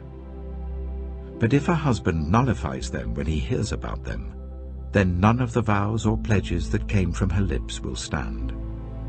Her husband has nullified them, and the Lord will release her. Her husband may confirm or nullify any vow she makes or any sworn pledge to deny herself. But if her husband says nothing to her about it from day to day, then he confirms all her vows or the pledges binding on her. He confirms them by saying nothing to her when he hears about them. If, however, he nullifies them sometime after he hears about them, then he must bear the consequences of her wrongdoing. These are the regulations the Lord gave Moses concerning relationships between a man and his wife, and between a father and his young daughter still living at home. Numbers chapter 31. The Lord said to Moses, "Take vengeance on the Midianites for the Israelites. After that, you will be gathered to your people." So Moses said to the people, "Arm some of your men to go to war against the Midianites, so that they may carry out the Lord's vengeance on them. Send into battle 1,000 men from each of the tribes of Israel." So 12,000 men armed for battle, 1,000 from each tribe, were supplied from the clans of Israel. Moses sent them into battle, 1,000 from each tribe, along with Phinehas, son of Eleazar the priest, who took with him articles from the sanctuary and the trumpets for signaling. They fought against Midian as the Lord commanded Moses, and killed every man. Among their victims were Evi, Rechem, Zur, Hur, and Reba, the 5 kings of Midian. They also killed Balaam, son of Beor, with the sword. The Israelites captured the Midianite women and children, and took all the Midianite herds, flocks, and goods as plunder. They burned all the towns where the Midianites had settled, as well as all their camps. They took all the plunder and spoils, including the people and animals, and brought the captives, spoils, and plunder to Moses and Eleazar the priest, and the Israelite assembly at their camp on the plains of Moab, by the Jordan opposite Jericho. Moses, Eleazar the priest, and all the leaders of the community went to meet them outside the camp. Moses was angry with the officers of the army, the commanders of thousands and commanders of hundreds, who returned from the battle. "Have you allowed all the women to live?" he asked them. They were the ones who followed Balaam's advice and enticed the Israelites to be unfaithful to the Lord in the Peor incident, so that a plague struck the Lord's people. Now kill all the boys, and kill every woman who has slept with a man, but save for yourselves every girl who has never slept with a man. Anyone who has killed someone or touched someone who was killed must stay outside the camp 7 days. On the 3rd and 7th days you must purify yourselves and your captives. Purify every garment as well as everything made of leather, goat hair, or wood. Then Eleazar the priest said to the soldiers who had gone into battle, "This is what is required by the law that the Lord gave Moses. Gold, silver, bronze, iron, tin, lead, and anything else that can withstand fire must be put through the fire, and then it will be clean. But it must also be purified with the water of cleansing, and whatever cannot withstand fire must be put through that water. On the seventh day wash your clothes, and you will be clean. Then you may come into the camp. The Lord said to Moses, You and Eleazar, the priest, and the family heads of the community, are to count all the people and animals that were captured. Divide the spoils equally between the soldiers who took part in the battle and the rest of the community. From the soldiers who fought in the battle, set apart as tribute for the Lord 1 out of every 500, whether people, cattle, donkeys, or sheep. Take this tribute from their half share and give it to Eleazar the priest as the Lord's part. From the Israelites' half, select 1 out of every 50, whether people, cattle, donkeys, sheep, or other animals. Give them to the Levites, who are responsible for the care of the Lord's tabernacle. So Moses and Eleazar the priest did as the Lord commanded Moses. The plunder remaining from the spoils that the soldiers took was 675,000 sheep, 72,000 cattle, 61,000 donkeys, and 32,000 women who had never slept with a man. The half share of those who fought in the battle was 337,500 sheep, of which the tribute for the Lord was 675. 36,000 cattle, of which the tribute for the Lord was 72. 30,500 donkeys, of which the tribute for the Lord was 61. 16,000 people, of whom the tribute for the Lord was 32. Moses gave the tribute to Eleazar the priest as the Lord's part, as the Lord commanded Moses. The half belonging to the Israelites, which Moses set apart from that of the fighting men, the community's half, was 337,500 sheep, 36,000 cattle, 30,500 donkeys, and 16,000 people. From the Israelites' half, Moses selected 1 out of every 50 people and animals, as the Lord commanded him, and gave them to the Levites, who were responsible for the care of the Lord's tabernacle. Then the officers who were over the units of the army, the commanders of thousands and commanders of hundreds, went to Moses and said to him, Your servants have counted the soldiers under our command, and not one is missing. So we have brought as an offering to the Lord the gold articles each of us acquired, armlets, bracelets, signet rings, earrings, and necklaces, to make atonement for ourselves before the Lord. Moses and Eleazar the priest accepted from them the gold, all the handcrafted articles. All the gold from the commanders of thousands and commanders of hundreds that Moses and Eleazar presented as a gift to the Lord weighed 16,750 shekels. Each soldier had taken plunder for himself. Moses and Eleazar the priest accepted the gold from the commanders of thousands and commanders of hundreds and brought it into the tent of meeting as a memorial for the Israelites before the Lord. Numbers chapter 32. The Reubenites and Gadites, who had very large herds and flocks, saw that the lands of Jazer and Gilead were suitable for livestock. So they came to Moses and Eleazar the priest and to the leaders of the community and said, Ataroth, Dibon, Jazer, Nimrah, Heshbon, Elealeh, Sebam, Nebo, and Beon, the land the Lord subdued before the people of Israel, are suitable for livestock, and your servants have livestock. If we have found favor in your eyes, they said, let this land be given to your servants as our possession.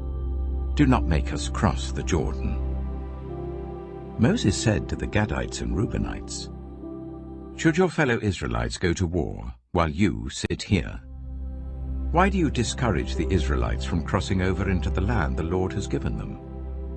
This is what your fathers did when I sent them from Kadesh Barnea to look over the land. After they went up to the valley of Eshcol and viewed the land, they discouraged the Israelites from entering the land the Lord had given them. The Lord's anger was aroused that day, And he swore this oath: "Because they have not followed me wholeheartedly, not one of those who were 20 years old or more when they came up out of Egypt will see the land I promised on oath to Abraham, Isaac, and Jacob, not one, except Caleb, son of Jephunneh the Kenizzite, and Joshua, son of Nun, for they followed the Lord wholeheartedly." The Lord's anger burned against Israel, and he made them wander in the wilderness for 40 years until the whole generation of those who had done evil in his sight was gone. And here you are, a brood of sinners, standing in the place of your fathers and making the Lord even more angry with Israel. If you turn away from following him, he will again leave all this people in the wilderness, and you will be the cause of their destruction. Then they came up to him and said, "We would like to build pens here for our livestock and cities for our women and children. But we will arm ourselves for battle and go ahead of the Israelites until we have brought them to their place. Meanwhile, our women and children will live in fortified cities for protection from the inhabitants of the land. We will not return to our homes until each of the Israelites has received their inheritance. We will not receive any inheritance with them on the other side of the Jordan, because our inheritance has come to us on the east side of the Jordan." Then Moses said to them, "If you will do this, if you will arm yourselves before the Lord for battle, and if all of you who are armed cross over the Jordan before the Lord until he has driven his enemies out before him, then when the land is subdued before the Lord, you may return and be free from your obligation to the Lord and to Israel, and this land will be your possession before the Lord. But if you fail to do this, you will be sinning against the Lord, and you may be sure that your sin will find you out. Build cities for your women and children and pens for your flocks, but do what you have promised." The Gadites and Reubenites said to Moses, "We, your servants, will do as our Lord commands. Our children and wives, our flocks and herds, will remain here in the cities of Gilead. But your servants, every man who is armed for battle, will cross over to fight before the Lord, just as our Lord says." Then Moses gave orders about them to Eleazar the priest and Joshua son of Nun, and to the family heads of the Israelite tribes. He said to them, "If the Gadites and Reubenites, every man armed for battle, cross over the Jordan with you before the Lord, then when the land is subdued before you, you must give them the land of Gilead as their possession. But if they do not cross over with you armed, they must accept their possession with you in Canaan." The Gadites and Reubenites answered, "Your servants will do what the Lord has said. We will cross over before the Lord into Canaan armed, but the property we inherit will be on this side of the Jordan." Then Moses gave to the Gadites, the Reubenites, and the half-tribe of Manasseh, son of Joseph, the kingdom of Sihon, king of the Amorites, and the kingdom of Og, king of Bashan, the whole land with its cities and the territory around them.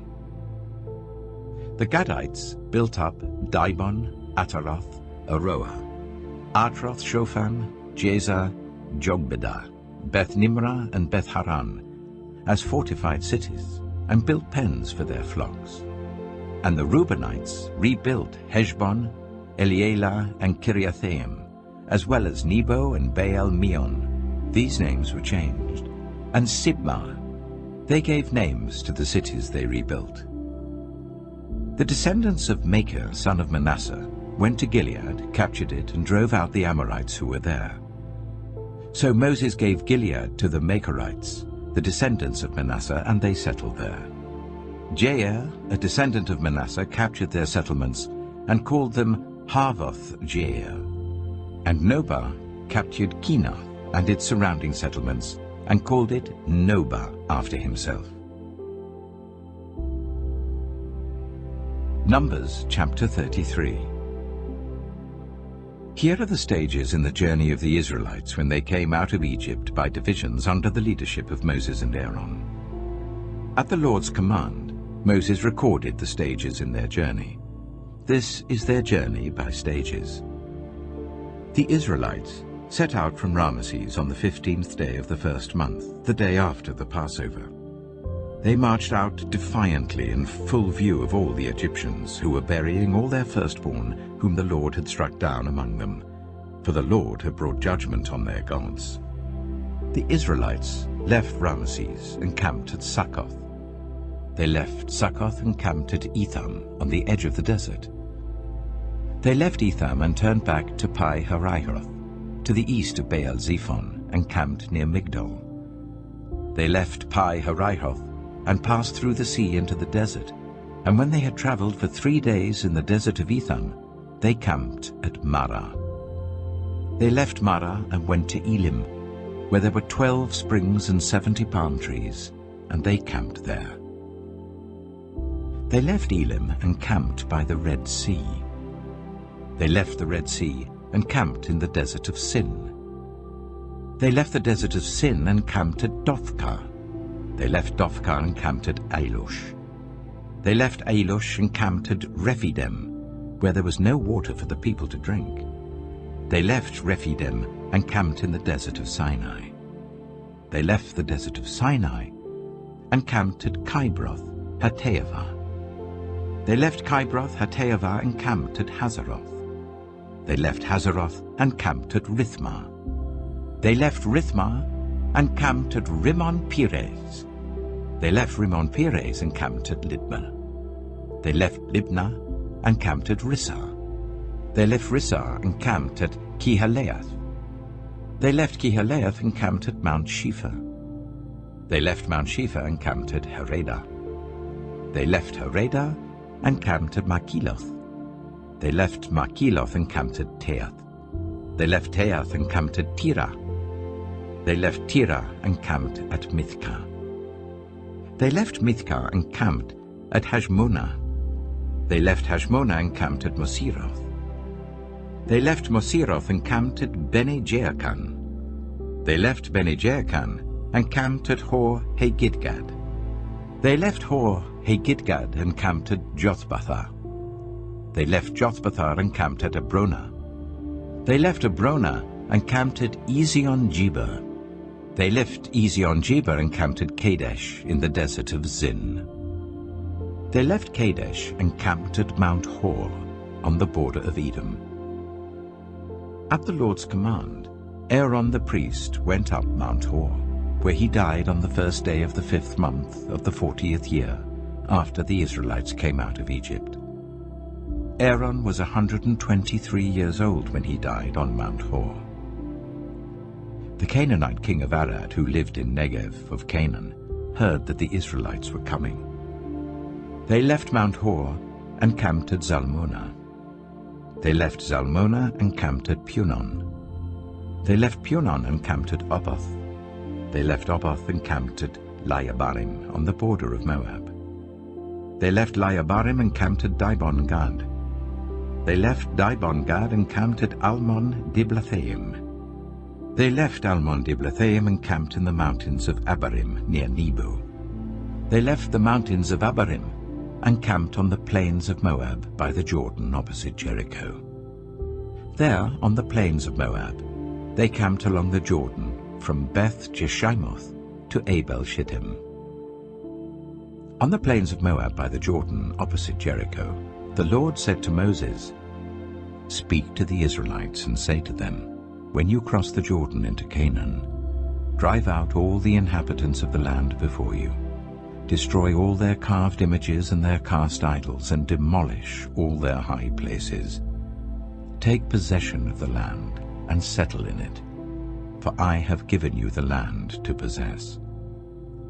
Distribute the land by lot according to your clans. To a larger group give a larger inheritance, and to a smaller group a smaller one. Whatever falls to them by lot will be theirs. Distribute it according to your ancestral tribes. But if you do not drive out the inhabitants of the land, those you allow to remain will become barbs in your eyes and thorns in your sides. They will give you trouble in the land where you live, and then I will do to you what I plan to do to them." Numbers chapter 34. The Lord said to Moses, "Command the Israelites and say to them, when you enter Canaan, the land that will be allotted to you as an inheritance is to have these boundaries. Your southern side will include some of the desert of Zin along the border of Edom. Your southern boundary will start in the east from the southern end of the Dead Sea, cross south of Scorpion Pass, continue on to Zin, and go south of Kadesh Barnea. Then it will go to Hazar Adar and over to Asmon, where it will turn, join the Wadi of Egypt, and end at the Mediterranean Sea. Your western boundary will be the coast of the Mediterranean Sea. This will be your boundary on the west. For your northern boundary, run a line from the Mediterranean Sea to Mount Hor, and from Mount Hor to Lebo Hamath. Then the boundary will go to Zidad, continue to Ziphron, and end at Hazar Enan. This will be your boundary on the north. For your eastern boundary, run a line from Hazar Enan to Shepham. The boundary will go from Shepham to Riblah on the east side of Ain, and continue along the slopes east of the Sea of Galilee. Then the boundary will go down along the Jordan and end at the Dead Sea. This will be your land, with its boundaries on every side. Moses commanded the Israelites, "Assign this land by lot as an inheritance.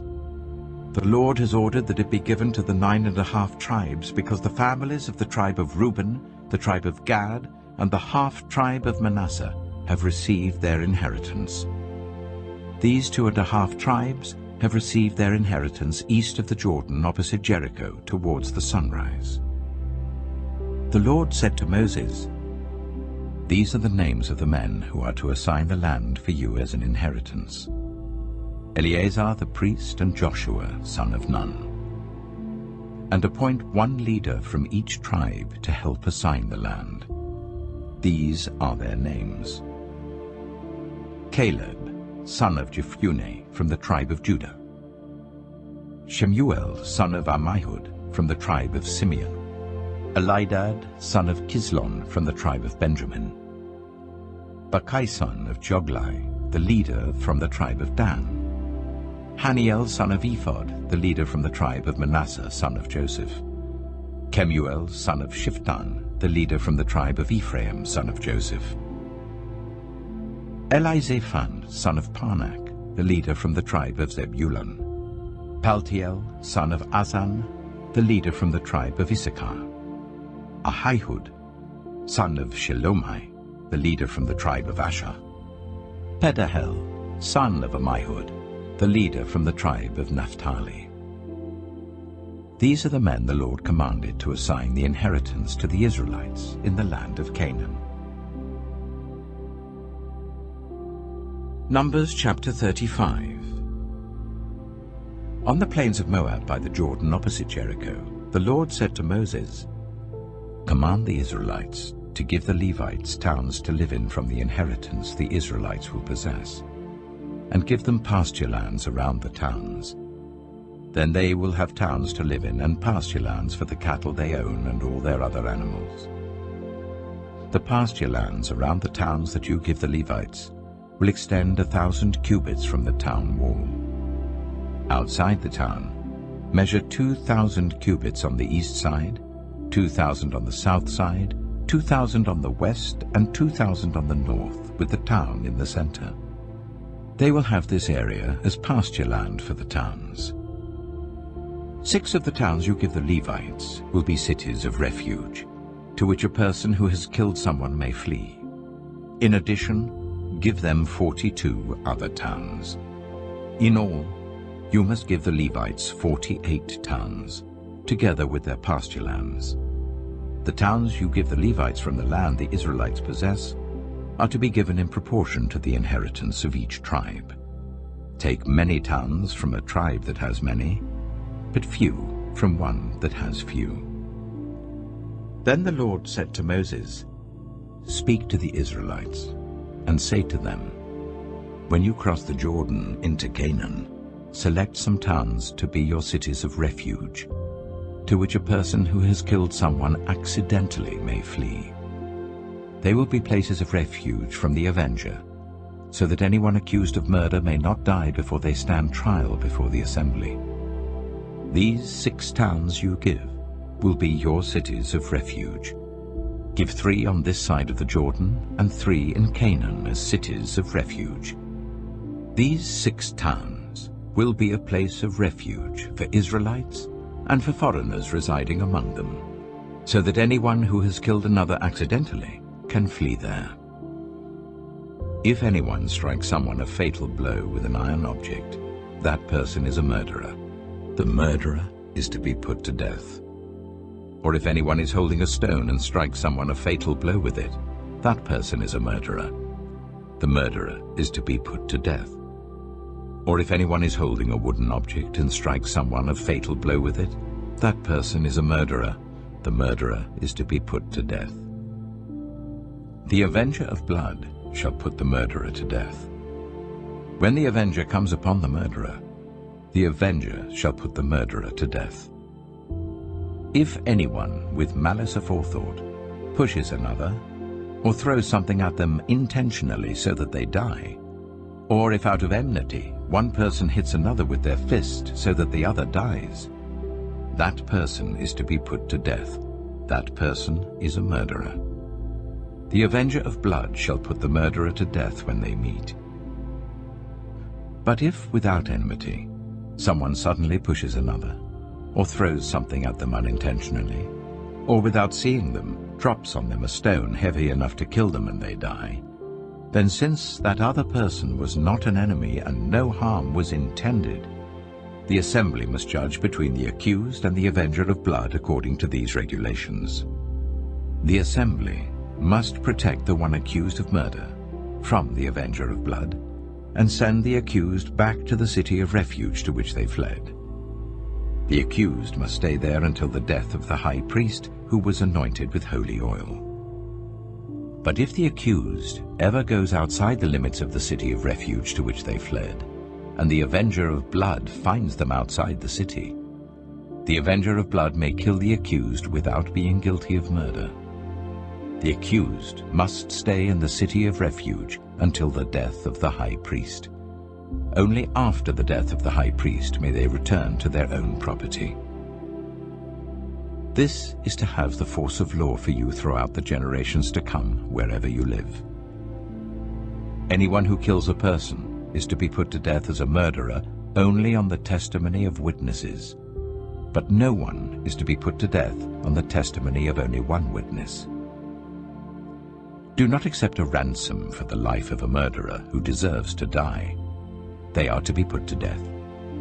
Do not accept a ransom for anyone who has fled to a city of refuge and so allow them to go back and live on their own land before the death of the high priest. Do not pollute the land where you are. Bloodshed pollutes the land, and atonement cannot be made for the land on which blood has been shed, except by the blood of the one who shed it. Do not defile the land where you live and where I dwell, for I, the Lord, dwell among the Israelites. Numbers chapter 36. The family heads of the clan of Gilead, son of Machir, the son of Manasseh, who were from the clans of the descendants of Joseph, came and spoke before Moses and the leaders, the heads of the Israelite families.